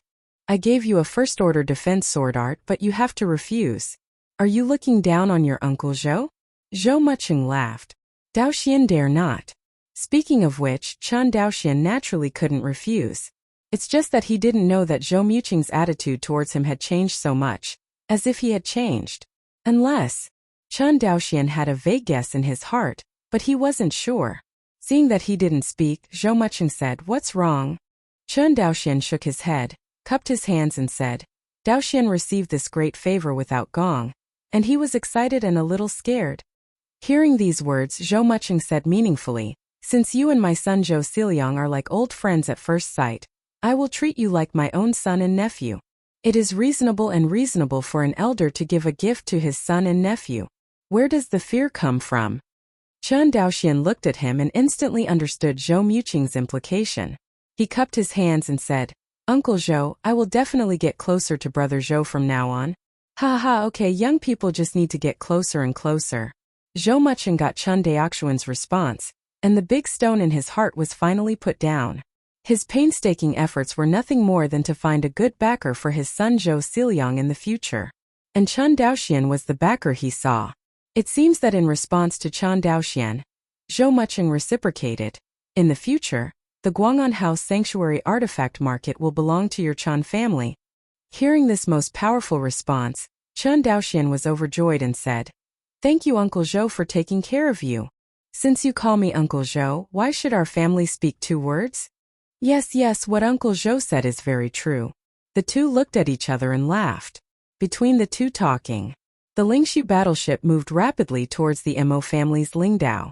Compared with the turtle speed of the Chun family Songlong, the flight speed of the Spirit Void battleship is even 3 points faster than the escape light of the Foundation establishment Cultivator. And according to Zhou Muqing, this is not the maximum flight speed of the Spirit Void battleship. If the Spirit Void battleship is flying at full speed, the speed is almost comparable to that of the Zifu Cultivator, and it can be crossed with a stick of incense from thousands of miles away, which is even more exaggerated than the speed of the previous fighter. Chapter 84. Just a few hours. Under the high-speed flight of the Lingshu battleship, the Mo family's Lingdao was faintly visible. Standing on the deck of the Spirit Void battleship, Chun Daoxian looked down, and Mojiling Island was like a disc, floating on the blue sea. Boom! The huge Spirit Void battleship headed straight towards Mojiling Island without any intention of slowing down. The air was broken open by the Spirit Void battleship, making a roaring sound. Sudden, a light curtain rose from the Majia Lingshan, protecting the entire Lingshan. Mountain Protection Array. Chun Daoxian recognized at a glance that this was a mountain protection formation based on the arrangement of the spiritual veins. Of course, the Mo family's mountain protection formation could only protect the 10-mile radius covered by the spiritual veins. Outside this range, since there was no spiritual energy to provide spiritual energy, the mountain protection formation would not be able to protect it. But even so, ordinary foundation-building cultivators want to break through the mountain protection formation based on the arrangement of the first-order spiritual veins, which is basically wishful thinking. Just the next moment when the Mo family propped up the formation, an old man on the 6th floor of Qi Refining flew out of the great formation. After he saw the Zhou family's Spirit Void battleship, he even trembled when he spoke. "I don't know, what's the matter with the adults coming to my Mo family?" The old man swallowed. "My Mo family is the imperial family of Qinyuan Jianzong, so don't wait." Not finished. A huge voice sounded from the Spirit Void battleship, resounding throughout Majia Island. The cultivator of the Mo family intercepted and killed the Guang'an mansion. What? When the old man heard this, He was immediately frightened. He knew that the patriarch took away all the late-stage qi refining monks in the family, but he didn't know what the patriarch and the family's late-stage qi refining cultivators were doing. Now he knew, but he still couldn't believe it. What evidence do you have? In the face of this serious crime of looting and annihilating the family, his Mo family naturally wouldn't admit it casually. Humph! This is the evidence. Done. The image of Mo Chongqing leading the Mo family cultivators to intercept Chen's uncle and nephew appeared in the air. What else do your Mo family have to say now? Impossible, impossible. You must fabricate evidence to frame my Mo family. My Mo family will never compromise. In fact, after seeing the image in the photo-taking stone, the old man basically believed 90% that it was indeed his Mo family cultivator who killed his comrade. But this crime, they can't admit it to death. Otherwise, not only would their Mo family cultivators not be able to save their lives, but even ordinary people would be demoted to slaves, which was extremely miserable. After all, the old man flew back to the mountain protection formation, posing a posture of swearing to resist. The mayfly shakes the tree. Zhou Muqing sneered, then waved his hand. The next second, at the tip of the spirit void battleship, a sphere of thunder was faintly gathering, as if gathering energy. About 3 breaths. The spirit void battleship has gathered energy. A beam of light rushed towards the Mo family protecting mountain formation. Laugh! The Guangmu built by the mountain protection formation, when it encountered the thunder beam of the Lingshu battleship, was like the ice and snow under the scorching sun, instantly melting away. The entire mountain protection formation was directly torn apart by the beam of light. Even the top of the mountain with Mo Jialing was directly melted by the thunder beam. That's right, it's melting. Looking at it with Chen Daoxuan's eyesight, he found that there was a red liquid similar to magma in the gap where Lingshan was melted. He knew that this was the product of the melting of rocks under intense heat. Seeing Chen Daoxuan's stunned look, Zhou Muqing smiled and said, "This is the biggest role of the Lingshu battleship, cutting down mountains and breaking doors."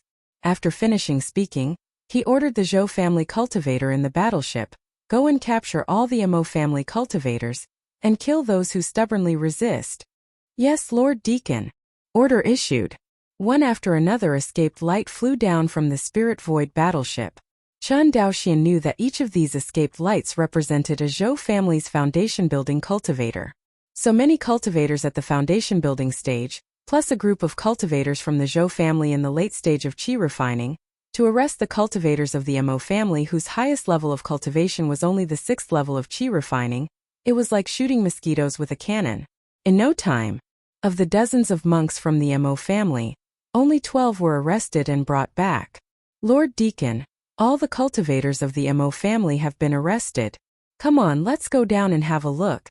Saying that, he looked at Chen Daoxian. "Nephew, you come too?" "Yes, Uncle Zhou." The other Zhou family cultivators were all excited when they heard this. Chen Daoxian knew what they were going to do, and quickly followed behind everyone. "Boss, this is the Mo family library." The early foundation building cultivator who had been meticulously addressing Zhou Mu as the deacon on the Lingshu battleship, actually no longer called Zhou Muqing's title, but changed it. Zhou Muqing glanced at Chen Daoxian and introduced. "He is Zhou Siyuan, my deputy. This is my nephew Chen Daoxian." Briefly introduced them to each other. "Senior Zhou." "Don't call it that." Zhou Siyuan waved his hand and smiled. "Since you are the eldest son and nephew, if you don't dislike it, just call me Big Brother Zhou." "Brother Zhou." Chen Daoxian smiled and cupped his hands. Seeing this scene, Zhou Muqing smiled and said, "Let's go. Let me see what the Mo family is hiding." Hearing this, Zhou Siyuan immediately became excited. This kind of work of looting a family and exterminating a family is not common in Guang'an Prefecture. After all, very few families would commit the big crime of looting and annihilating their families. Even if they wanted to, they would basically clean up, making it difficult for people to get caught. There are very few people caught on the spot like the Mo family. But every time the family raided and killed the family, it was a gluttonous feast for the Zhou family patrol team. Thinking of the treasures in the Mo family's treasury, Zhou Siyuan felt like a cat's claw in his heart. Compared with the Chen family, there are much more buildings on the Lingshan mountain of the Mo family. On the Lingshan mountain, various spiritual palaces and caves can be seen everywhere. And these are the residences of the monks of the Mo family.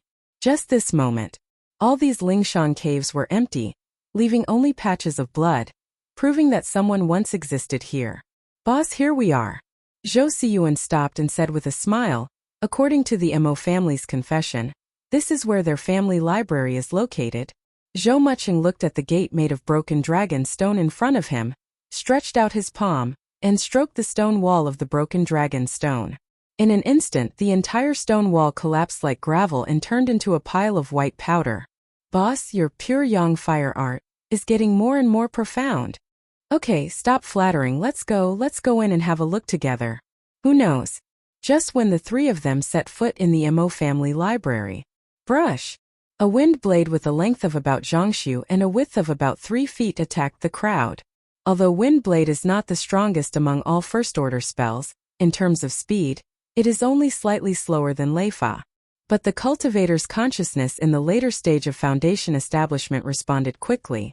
I saw a spiritual shield rising up in front of the three, and the wind blade slashed on the spiritual shield, disappearing without even a single wave. This is a puppet beast? Chun Daoxian finally saw who was attacking them. It wasn't the Mo family cultivator, but a first-order high-grade leopard-shaped puppet beast. The wind blade just now was spit out from its mouth. Seeing this scene, Zhou Siyuan's face also gloomy.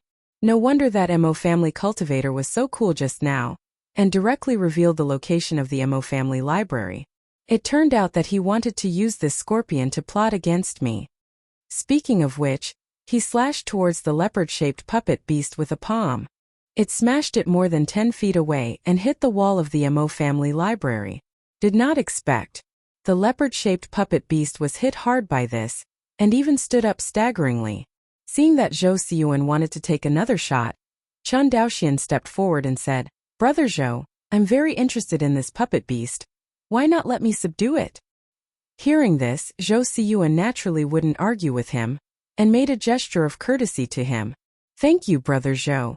Chun Daoxian bowed his hands, and immediately released the Chungying sword, displaying a set of wind-chasing sword art. Under the control of the wind-chasing sword art, the Chungying sword burst out at a much faster speed than the Feishua sword.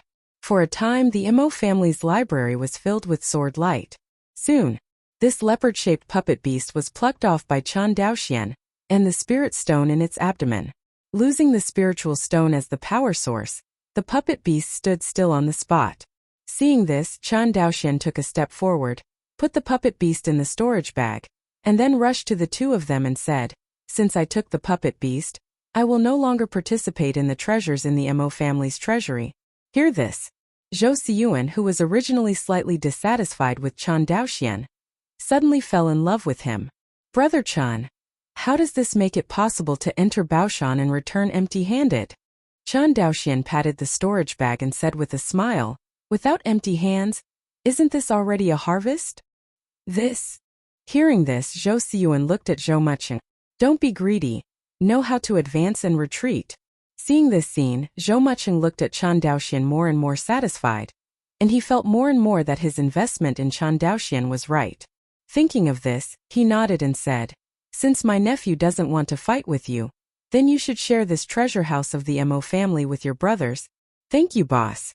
Zhou Siyuan immediately smiled when he heard this. He didn't know anything else, but he could still hear clearly there were more than 30,000 spirit stones in the Mo family's library. There are more than 30,000 spirit stones. With his relationship with Zhou Mucheng, he can at least get more than 3,000 spirit stones, which is also a big gain for the monks in the early stage of foundation building. Think of this. He became more and more fond of Chun Daoxian. Chapter 85. Watching the Zhou family cultivator move boxes of spiritual stones out of the Mo family library. There was no wavering in Chun Daoxian's eyes. Compared with the magical instrument market in Sangxiafang City that his Chun family had harvested, although this batch of goods was quite large, Chun Daoxian did not take it seriously.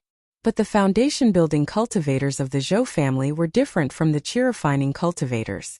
Although they are children of the Zhou family, there are a large number of Zhou family cultivators, and the clan rules are strict.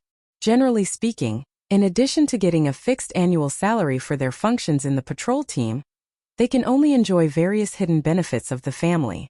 In terms of cultivation resources, the ordinary disciples of the Zhou family are really not as lavish as the cultivators of the Chen family. At least ordinary Zhou family cultivators can't do the supply of medicinal pills and spiritual rice to assist cultivation. According to Zhou Muqing, the monks in the qi refining period of the patrol team have an annual salary of only 500 spirit stones. In the eyes of a loose cultivator, this amount of money is naturally a huge sum of money, but for the children of the Zhou family, it is a drop in the bucket, and it is not enough to buy spiritual pills to assist cultivation all year round. Zhou Muqing usually gives his son Zhou Xiliang more pocket money than this. The annual salary of the monks in the foundation building stage is much higher, but it is only twice as high as that of the children in the later stage of qi refining, with only 1,000 spiritual stones. Of course, the foundation building period here refers to the initial stage of foundation building. Like Zhou Muqing, a deacon in the late stage of foundation building, who is in charge of a spirit worship, has a much higher annual salary, usually more than 5,000 spirit stones. In other words, the 5 second-order spiritual beads that the Chen family had bribed to Zhou Muqing before were roughly equivalent to his annual salary for 1 year. This is also the reason why Zhou Muqing said that Chen Xianhe was generous. As you can imagine, the Zhou family cultivator was so excited when he saw more than 30,000 spirit stones in the Mo family library. Because according to the unspoken rules of Wan Xinghai, a small family like the Mo family was raided and wiped out. After reporting to Qinyuan Jianzong, the above usually only verified whether the Mo family's crime was true. The floating wealth obtained by raiding the home is usually owned by the Zhou family patrol team, and Qinyuan Jianzong generally does not confiscate it. This is also the reason why the Zhou family cultivator is so excited. With their understanding of Zhou Muqing's temperament, each of them can get a lot of spirit stones. Even the lowest level qi refining cultivator can at least harvest more than 100 spirit stones, which is worth their monthly salary. How can they be unhappy? Leaving a group of patrol monks to deal with the Mo family mortals. The rest, including Chan Daoxian, returned to the Spirit Void battleship. Back to the Spirit Void battleship. Zhou Muqing looked at Chan Daoxian and asked, "Nephew, are you going back to Shuanghu Island or Guang'an House?" Indulge for a moment. Chen Daoxian cupped his hands and said, "Please, Uncle Zhou, send me to Guang'an Mansion. It's not troublesome, we just have to go back to rest." Before Zhou Muqing could speak, Zhou Xiyuan on the side smiled and said, "Brother Chen, when we go back this time we must have a good drink." Chen Daoxian looked at Zhou Muqing and nodded with a smile. "Okay, let's not get drunk when the time comes." Ha ha ha. Well, don't get drunk. In the laughter of the crowd, the Spirit Void battleship was speeding towards Guang'an Mansion. The flying speed of the Spirit Void battleship is astonishing. The distance the Soryu would take more than a month to sail. It took only a few hours for the Lingshu battleship to arrive at Guang'an House. Just when everyone rushed to Guang'an House, a voice came from the Lingshu battleship. "Look, is that a frontline transport ship?" Hearing this, Zhou Muqing's face suddenly changed, and he was overjoyed. He walked to the deck and looked in the direction of the Zhou family qi cultivator's finger. Zhou Muqing is a cultivator in the late stage of foundation building, and his eyesight is much stronger than that of cultivator in the qi refining stage. He saw that there was a small black spot on the horizon, and it was flying towards Guang'an Mansion quickly. Looking at its speed, although it is not comparable to the Spirit Void battleship, it is not much slower. Zhou Muqing, who served in Zenangwan, recognized at a glance that it was the transport ship that returned from the front line. Seeing this, Zhou Muqing said with joy on his face, "Today is really a double happiness. We just made a fortune when we encountered the return of the frontline transport ship." Oh! Hearing this, the crowd burst into cheers. Unsure of the reason, Chen Daoxian couldn't help looking at Zhou Xiyuan beside him and asked, "Brother Zhou, does this frontline transport ship refer to the ship that transports supplies on the battlefield of Izumo?" "Right." Zhou Xiyuan nodded and said excitedly, "Every few years, transport ships from the front line will come to each prefecture in Songzhou to transport all kinds of materials seized on the front line to each prefecture." Hear this. Chen Daoxian probably remembered that when he went to the Guang'an prefecture slave market to buy female slaves, the slave trader said about transporting female slaves from the front line. Come to think of it, it is this kind of transport ship that transports it. Hearing the two talking, Zhou Mucheng sighed. If Zhenan Pass was still there, why would it be necessary to transport supplies every few years? In the Guang'an Prefecture, there would be frontline transport ships every year, but it's a pity. Zhou Mucheng shook his head. Hear this. The excitement of the crowd gradually subsided. The fall of Zhenangwen brought the Zhangzhou cultivators not only the simple death and injury of millions of cultivators, but also the incalculable loss of profits. In Izumo, Qianyuan Jianzong built a total of 7 huge immortal cities. Zhenangwen Xiancheng is one of them. Around these 7 immortal cities, Qianyuan Jianzong built a complete defense system. Every immortal city will radiate the land of several states of the Cloud Country, and these territories are the basic discs for the Wan Xinghai monks to plunder the resources of the Cloud Country. Zhangzhou and Wangxinghai and several surrounding prefectures are supported by resources from several prefectures near Xianqing and Zhenangwen. Usually, most of these resources will be transported to the back of Wan Xinghai after being selected by the frontline monks. It is by relying on the strategy of fighting to support the war, Wan Xinghai cultivator can continue to grow in just 400 years. Especially Wan Xinghai's loose cultivator. 400 years ago, Shenzhuezhen was in a period of chaos in the Sea of Stars. There are almost no high-level cultivators in the loose cultivators, and Jinjue cultivators such as Shenzhuezhenren are very rare in the stragglers. Almost all the high-ranking monks were born in a large family, and the Qianyuan sword sect. And by virtue of the 400 years of war between Wan Xinghai and Izumo, a large number of famous high-level monks were born in the loose cultivation. Not to mention the Jindan cultivators, even the nascent soul cultivators, there are quite a few people out there. In terms of momentum, he was even gradually able to compete with the family monks. Later, the major immortals also realized that this is not the way to go, and they all put their children into the Izumo battlefield to experience and earn resources. Otherwise, in the early days of Wan Xinghai's attack on Izumo, the children of the big family would not be willing to go to the battlefield of Izumo. Because the big family has no shortage of cultivation resources, there is no need to let the clansmen die on the battlefield. As a result, after they saw the rise of the loose cultivator group, they all panicked, and they couldn't wait to send their tribesmen to the battlefield. And Zhenangwen fell. It is equivalent to Zhangzhou and several surrounding states, losing the basic disc in Izumo.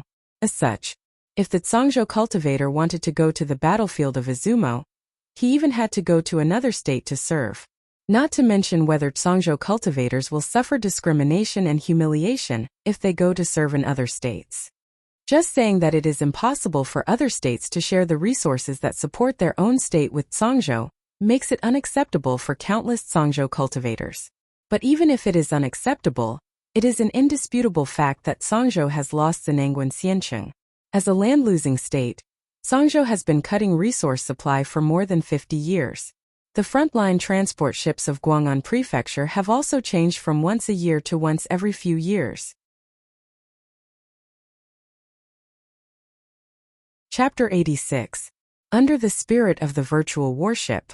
Return to Sangxiafang City, Guang'an Prefecture. Along the way, all the monks Chen Daoxian saw had cheering expressions on their faces. Open the door of Hongyin Feijian store. Chen Daoxian finally breathed a sigh of relief. Regarding the frontline transport ship, he learned a lot from Zhou Mucheng and the others. To sum up, if possible, the Chen family had better raise a lot of spirit stones this year. Because after a year, Zhou's auction house is going to hold a grand auction. That time, not only will a large number of frontline resources appear in the auction house, but the Zhou family will also come up with a lot of treasured resources to auction. Time of year. It is to raise spirit stones for powerful families in Guang'an Prefecture, as well as the publicity time of Zhou's auction house. A year is enough to make almost every cultivator in Guang'an House know about this grand auction. When I heard Zhou Mucheng's words, Chen Daoxian thought of the main venue he saw when he went to Zhou's auction house. It's just that the main venue was closed at that time. It is estimated that if this auction is going to be held, it should be in that main venue. Chen Daoxian still has some confidence in raising spirit stones. Not to mention the transactions with the merman for more than a year. The Chen family's treasury was filled with a large number of precious spirit minerals and water spirit beads. It is said that this time, winning the magical instrument market in Sangxiafang City, Guang'an Prefecture, brought a hen that lays golden eggs to the Chun family. And the market for magical instruments in Sangxiafang City is very broad. Small families and loose cultivators like the Mo family have not fully developed it at all. Chen Daoxian believes that with the continuous improvement of the production capacity of the Chanja Feijian factory, the benefits brought to the Chun family by the market of scattered cultivation instruments will also become larger and larger. In the end, it was like the Yang family's boat trip. The Yang family's boat shop almost monopolized the boat market in Guang'an Prefecture. In terms of benefits, it was much larger than the market for magic instruments in a mere cultivator city. Because in the Wangxinghai, a loose cultivator can have no magical tools, but absolutely cannot have no ships. After all, magic tools are only things that enhance strength, while ships are tools for travel, which are absolutely indispensable. Otherwise, a monk without a boat would be almost impossible to move in the Wangxinghai. After all, the infuriating qi of the cultivators during the qi refining period is not yet sufficient to support them in wanton galloping in the vast sea of Wanxinghai. Wandered around the store. Chen Daoxian thought of another thing. Buy Lingmi for the shark people. Speaking of this, Chen Daoxian has dragged on for more than a year. It's just that the Chun family had neither strength nor background before, so they didn't want to be too high profile.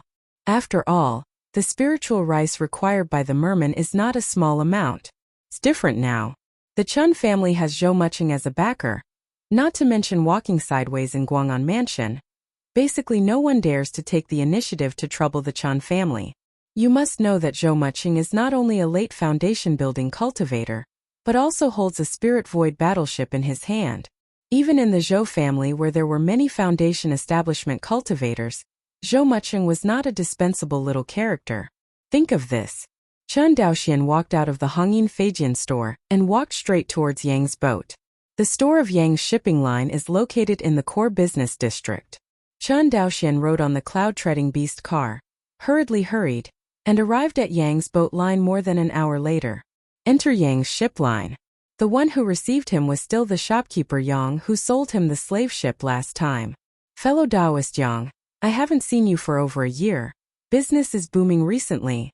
The two sides sat down, and after serving tea, Chen Daoxian greeted with a smile. It can't compare to the booming business of your Chun family's magic weapon shop. Yang Jia said politely, I've heard recently that your Chun family has robbed the Mo family of their magical instrument business. Hearing this, Chen Daoxian calmly took a sip of tea without saying much. The fact that the Mo family was raided and exterminated has not been publicized yet. It is estimated that the next time Chen Daoxian comes to Guang'an Mansion, this incident will be known to everyone. That time, it was also when the Chen family became famous. The two made a few words of courtesy. Chen Daoxian put down the teacup in his hand and said, I came to find friend Yang Dao this time to buy a cargo ship. Oh. Hearing that there was business coming, Yang Jia's already rosy face became even more rosy. I wonder what type of cargo ship Chen Dao needs? My Chen family needs a cargo ship specially used to transport Lingmi. Lingmi? Yang Jia's face changed slightly, and he said tentatively, will your Chen family also get involved in the Lingmi business? Do you need to ship it by cargo ship? Hearing this, Chen Daoxian smiled and did not speak. Look at my mouth, Ming Lang has forgotten the rules. Haha, fellow Taoist Chen, don't mind. After a ha, Yang Jia continued. Lingmi transport ships are very common in Guang'an Prefecture. Many small families plant spiritual fields and sell spiritual rice to big families, and they will use this kind of cargo ship for shipment. Compared with the cargo ships that transport ordinary grain and ore, the Lingmi transport ship has a special cabin to ensure that the spirituality of Lingmi is not lost, so the price is slightly higher. Of course, no matter how high the price is, it will not be higher than the slave ship, so please rest assured. I don't know how your Lingmi transport ships are sold. Different models have different prices. The lowest model is 550 spirit stones. Yang Jia said with a smile. Chen Daoxian nodded. This price is much cheaper than the slave ship. What are the specific models? Our Yang's shipping line has 3 types of Lingmi transport ships. Qianshi, Wanshi, and 100,000 shi. Qianshi Lingmi sounds like a lot, but in fact there are not many. Lingmi is completely different from ordinary food. Take the most widely planted corn crystal rice in Guang'an Prefecture. This kind of spiritual rice is huge and full of texture. Each one is the size of half a baby's fist and weighs half a caddy. Except for monks, ordinary people have no luck at all. Converted to 1,000 stone corn, it is 120,000 caddies. According to the market price of Guang'an Prefecture, about 5 spirit stones are needed for 100 caddies of corn crystal. 120,000 caddies of corn crystal rice can be purchased for 6,000 spirit stones. That is to say, even the smallest Lingmi transport ship can pull 6,000 spiritual stones. The largest model is the Lingmi that can pull 600,000 lingshi in one boat. But that kind of cargo ships are exclusively for big families. For example, the Zhou family has hundreds of thousands of monks. Even if each monk consumes 5 kilograms of spiritual rice every day, the daily consumption of spiritual rice is huge. In fact, on average, the Zhou family cultivators consume more than 5 kilograms of spiritual rice per person per day. It may not be enough to double the real data. This point, Chen Daoxian, who practiced dragon python swallowing heaven, could not be more clear. If a 1,000-stone cargo ship was used to transport Lingmi, it would not even be enough to plug the gap between the teeth of the Zhou family cultivator. The Yang family had far fewer cultivators than the Zhou family, but there were also hundreds of thousands of cultivators. It also needs to consume a lot of Lingmi every day. Therefore, only a cargo ship of 100,000 stone can barely meet the needs of these big clans. Chen Daoxian looked at the expectant look on the other's face and smiled. Naturally, it is not a 100,000 stone model. Our Chen family needs a 10,000 stone Lingmi transport ship. The 10,000 stone type Lingmi transport ship can transport Lingmi worth 60,000 lingshi at a time. Although it is still not enough for the mere people to eat, it is enough to solve the other party's urgent needs. As for the larger 100,000 Shirling rice transport ship, Chen Daoxian simply didn't buy it because he was worried about attracting attention. After buying the Lingmi transport ship, he bought a full 5,000 stone Lingmi from the Zhou family. After taking time to gather with Zhou Siyuan and others, Chen Daoxian took half the cargo and sailed towards Shuanghu Island. Chapter 87. A month later, Chen Daoxian drove the cargo ship loaded with Lingmi back to Shuanghu Island. When he saw Uncle 13, who was full of anticipation, he bowed his hands to Chen Xianhe and said with a smile, "Uncle 13, Daoxian lives up to his mission. Sangxiafang City's Dharma artifact market will belong to my Chen family from now on." Hearing this, I saw that Chen Daoxian was young, but his face was full of tiredness. Chen Xian's heart was full of mixed tastes, and he didn't know what it was like. He opened his mouth and was speechless for a long time. It's been a long time. He patted Chen Daoxian's shoulder hard and sighed, "Son, it's hard for you." Chen Daoxian grinned and shook his head. Compared to Uncle 13 supporting the family alone for so many years, what Daoxian did today is nothing. Hearing this, Chen Xianhe patted him on the shoulder again and said nothing. Shuanghu Island Spirit Vessels. Chen Daoxian's mansion. The monks from the Chen family's refining period and above sat in the courtyard where Chen Daoxian usually practiced. However, according to Chen Daoxian's vision, inside these monks, except for him and Chen Xianhe, all of them are underage. Even the oldest Chen Daochuan is only 12 years old now. Not to mention that the youngest monk was only 6 years old. See this scene. Chen Daoxian thought for a while and said, "Chen Daochuan, Chen Daolian and Chen Daochu stay behind, and the rest should go back to practice." Saying that, he waved to the crowd. Hear this. The cultivator of the Chen family, who was already young, cheered and ran away without a trace. Chen Daochu saw the crowd go away in the wind, and his eyes were full of envy. Chen Daoxian glanced at him and said, "Why, do you want to go back too?" "No, no." Chen Daochu shook his head sharply, and immediately sat up straight. Seeing him like this, Chen Daoxian pursed his lips. Chen Xianhe smiled and said, "Okay, don't blame your young patriarch for being strict. You are a little older. You should know that my Chen cultivator is rare. You have to take the initiative to take on the family responsibilities, instead of knowing how to play all day." A gentle reprimand. The three of Chen Daochu nodded one after another and said, "I will remember the teachings of the patriarch and the young patriarch." Seeing everyone concentrate, Chen Daoxian coughed, cleared his throat and said, Today's meeting is the first family meeting entirely composed of monks that my Chun family has held in 50 years. Speaking of which, it is a historic moment for my Chun family. Hearing this, Chan Daochu and the others didn't feel too deeply, but Chan Xianhe couldn't help but redden his eyes. Then, he and his clan brothers got together like this, and held a clan meeting about the future development of the Chun family. It's a pity that everything is gone, and it's not what it used to be. There are only two issues discussed at this family meeting today: family income and expenditure and family development in the next year. Speaking of this, Chan Daoxian paused. Next, let the patriarch talk about our family's income in the Guang'an Prefecture magic weapon shop this year. After speaking, Chan Daoxian looked at Chan Xianhe and found that the other party was distracted. He couldn't help but reminded in a low voice, Uncle 13, Uncle 13. What? Chan Xianhe came back to his senses with a slightly embarrassed expression on his vicissitudes face. Fine.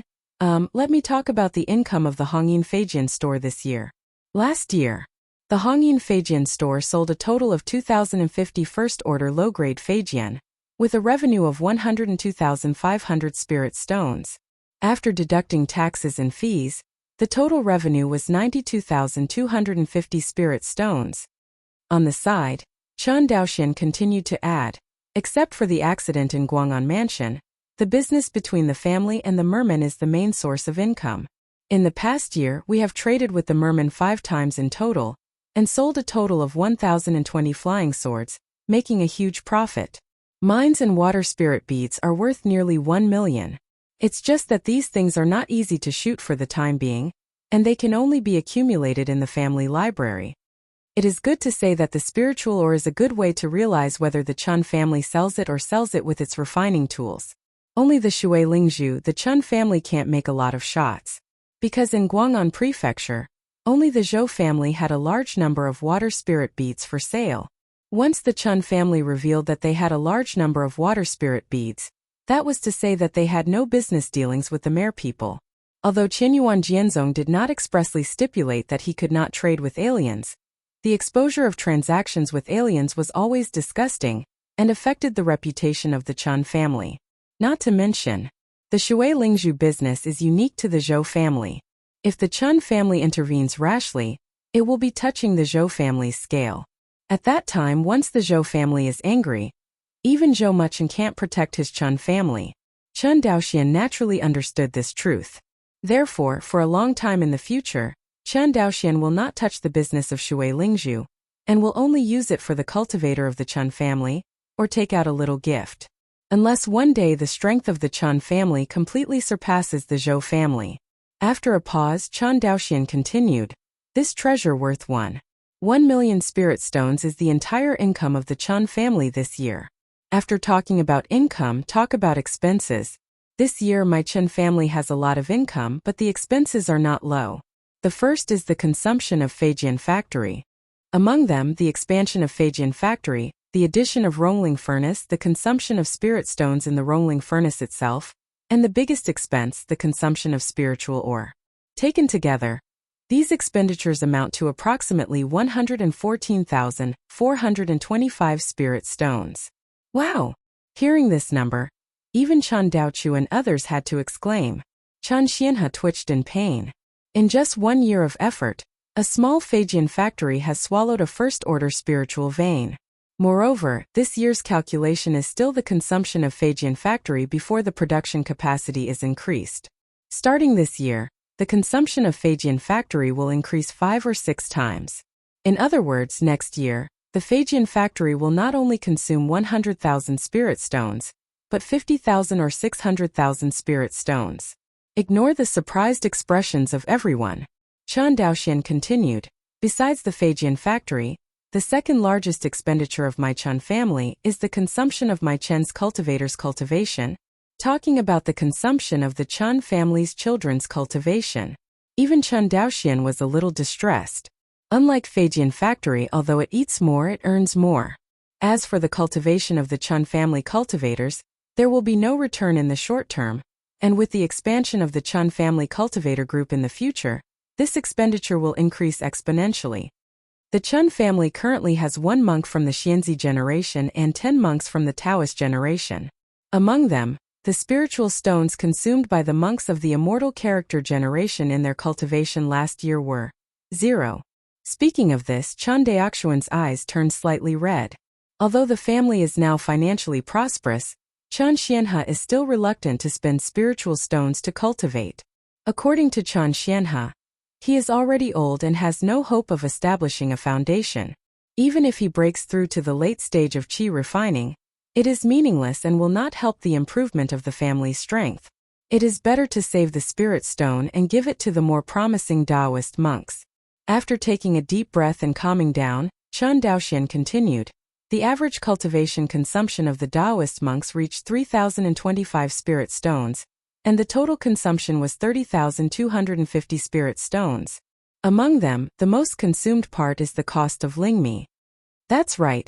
All the cultivators of the Chun family have chosen to practice the dragon python swallowing heaven technique. This was also a decision Chan Daoxian made after careful consideration. Compared with Lingshi, what the Chun family lacks most now is a monk who is on his own. Chan Daoxian naturally tried every means to enhance the strength of the monks in the clan. Practicing body exercises is a good choice, because cultivating the body refining exercises can increase the efficiency of refining spiritual energy. Although the increase is not obvious, it is far less fast than medicinal pills. But even if it increases by 10%, it is not a small improvement over time. For this reason, even if he spends more spirit stones, Chan Daoxian will not hesitate. The remaining expenses include the recent purchase of lingmi, which cost 30,000 lingshi, and the purchase of lingmi transport ship, which cost 800 lingshi. Last year, the total expenditure of my Chun family reached 169,479 spirit stones, and the balance of spirit stones was about 920,000. Of course, most of these spirit stones were stored in the clan treasury as spirit or in water spirit beads. This is all the income and expenditure of my Chun family last year. Chapter 88. After Chan Daoxuan's narration, everyone in the Chun family finally understood the family's financial situation. Summarize in one sentence. The Chun family is quite rich now, and will be even richer in the future. It's a good thing that the family is rich, but it's also a bad thing, because it means that we haven't transformed the spirit stone into strength and heritage. Chan Daoxian continued, so in the next year, I will increase my investment in the cultivation of the cultivators of the Chun family, including but not limited to cultivation resources, exercises, spells, inheritance of cultivating arts and so on. Hear this. Chan Daochu raised his hand and said weakly, do you need to invest more? I almost vomit from eating lingmi every day. Practicing dragon python swallowing heaven means that the Chun family cultivator has to eat more than 100 kilograms of spiritual rice every day. Even if the taste is good, everyone is a little tired. Chan Daoxian ignored the idiot and continued. Next, let's talk about the family's specific development plan for the next year. Everyone can say whatever they want. When the words fell, seeing that Chan Daochu couldn't wait to speak, Chan Daoxian glared at him. Shut up. Hearing this, Chan Daochu immediately became stunned. Seeing Chan Daochu like this, the others laughed. Usually in front of the younger monks of the Taoist generation, Chan Daochu still tried his best to maintain his face as the first monk of the Chan family after Chan Daoxian. But in front of Chan Daoxian and others, he always unconsciously showed the nature of escape. Everyone laughed for a while. The atmosphere gradually relaxed. Chan Xianhe opened his mouth and said, I have an idea. You see, the spiritual vein of my Chun family, the daily spiritual energy escape is quite wasteful. It is better to open up a few acres of spiritual fields and plant some spiritual medicines, which can also increase part of the family's income. What do you think? Chan Daoxian stroked his forehead with his hand. There is no rush to open up spiritual fields and plant spiritual medicines. We are mainly talking about how to spend the family's money, not how to make money. Chan Daoxian had some headaches, and the temperament of 13th uncle's miser was really indescribable. Besides, how long does it take to open up several acres of spiritual fields in the first-order spiritual veins and plant a few spiritual medicines? How much can you make? Is it worth spending such precious manpower of the Chun family? Isn't this nonsense? Seeing that Chan Ziyan's proposal was rejected, everyone pondered. Finally, Chan Daochu, who had endured for a long time, couldn't bear it any longer. And he said, "Young patriarch, didn't you say before that the Zhou family will hold an auction in a year's time? That being the case, we will make every effort to produce flying swords next year. And after earning spirit stones, we will buy them at auctions. There must be many good things that are not usually seen by then. What a great opportunity." Hearing this, everyone looked at each other in dismay. Don't say it. Chen Daochu's words are much more constructive than Chen Ziyan's. The Chen family is not short of spirit stones. But what is lacking is something that transforms spirit stones into strength. This auction of the Zhou family is a good opportunity. By the time, there must be many rare treasures that have appeared at this auction. Okay, since that's the case, my Chen family's goal next year is to seize and develop the magic weapon market in the Sangxiafang city. Chen Daoxian finally set the tone. Follow the orders of the young patriarch. The crowd responded. End the family meeting. Wait until the people leave. Chen Daoxian apologized to Chen Xianhe and said, "I just refuted Uncle 13's suggestion, are you not angry?" Saying that, he glanced at Chen Xianhe cautiously. How? Chen Xianhe smiled and said, "Am I that stingy in your eyes? Uncle 13 is just fine if he's not angry." Chen Daoxian breathed a sigh of relief and joked, "I'm afraid that Uncle 13 will settle accounts in the autumn and slap me with a slap. Ha ha ha." Chen Xianhe was amused by him and laughed, and a little grudge in his heart disappeared immediately. Ugh, Chen Xianhe smiled and sighed, "After all, I am old, and some of you can't keep up with the thoughts of your young people. Speaking of which, I have nothing to teach you. I will, basically you can do it. You are even better than me. I can rest assured that the family will be handed over to you." Uncle 13. You listen to me first. Chen Xianhe raised his hand. I only hope that in the future, before you do things, you will measure the gains and losses more. And don't be impulsive and don't give in blindly. Too much impulsiveness can easily lead to premature death. Too much concession, and it is easy to become weak. Hearing these words, Chen Daoxian nodded and said earnestly, "Remember Daoxian." Watching Chen Xianhe leave, Chen Daoxian seemed to have lost all his strength and lay back, sleeping beside Lingtan. He was lying on the grass in the courtyard, raised his head, looked at the blue sky and white clouds that could not be seen to an end.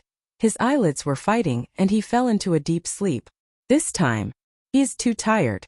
In this sleep he slept for more than 10 hours.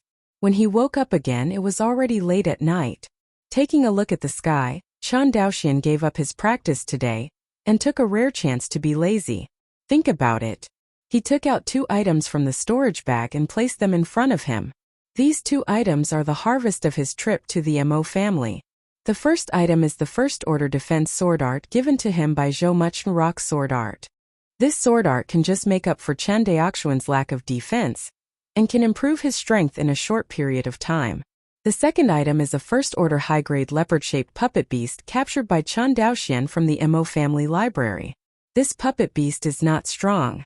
Chen Daoxian reckoned that as long as the chi-refining cultivator put his head aside and insisted on the wind blade technique released by it, there would basically not be too much danger.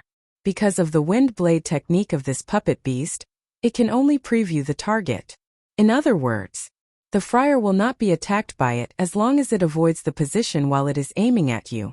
Unlike the spells released by monks, they are also controlled by divine consciousness, and it is difficult to dodge. Puppet beasts do not have this ability. Actually, Chen Daoxian was already surprised enough that the puppet beast in front of him could release spells. Because it's normal. Spells are things that monks use true qi or true qi to release according to a special Dao pattern trajectory. This pattern is somewhat similar to the pattern, but it is completely different. Moreover, with the improvement of the spell rank, the complexity of the Dao pattern will become larger and larger, and the power will become stronger and stronger. Of course, the difficulty of release can always be gradually reduced as the cultivator's understanding of the spell pattern deepens. Just like Chen Daoxuan's Kendo level, he will always step into a new realm as he deepens his understanding of sword art. Therefore, these things are done by monks, and Chen Daoxian is not surprised. He wondered why a puppet could cast spells. This had a dramatic impact on his long-established worldview. After all, a puppet is a dead thing. How can it understand the spell pattern? Not to mention that it is nonsense to outline the spell pattern and then release it. Except for special disposable materials such as lingyu and talisman paper, there is nothing that can record the spell pattern, let alone outline it repeatedly. Besides, even if there is this thing, it is extremely precious. How can it be widely popularized? Think of this. Chun Daoxuan's curiosity burned like a raging fire. This moment, he seems to have found the motivation to study the driving array and the fusion of spirits. But until Chun Daoxian dismantled the leopard-shaped puppet beast into a pile of wreckage, he did not find the secret of the opponent's release of spells. Actually, it's normal to think about it. This kind of thing must be the core secret of the puppet beast. How could he be able to find it by opening a puppet beast? You're tuning into the Li Mei's Wuxia Whispers YouTube channel. We're so grateful for your support, and don't forget to subscribe to join us on this incredible journey through captivating stories.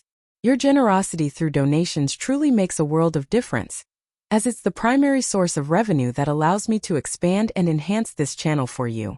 Thank you from the bottom of my heart for being a part of this adventure.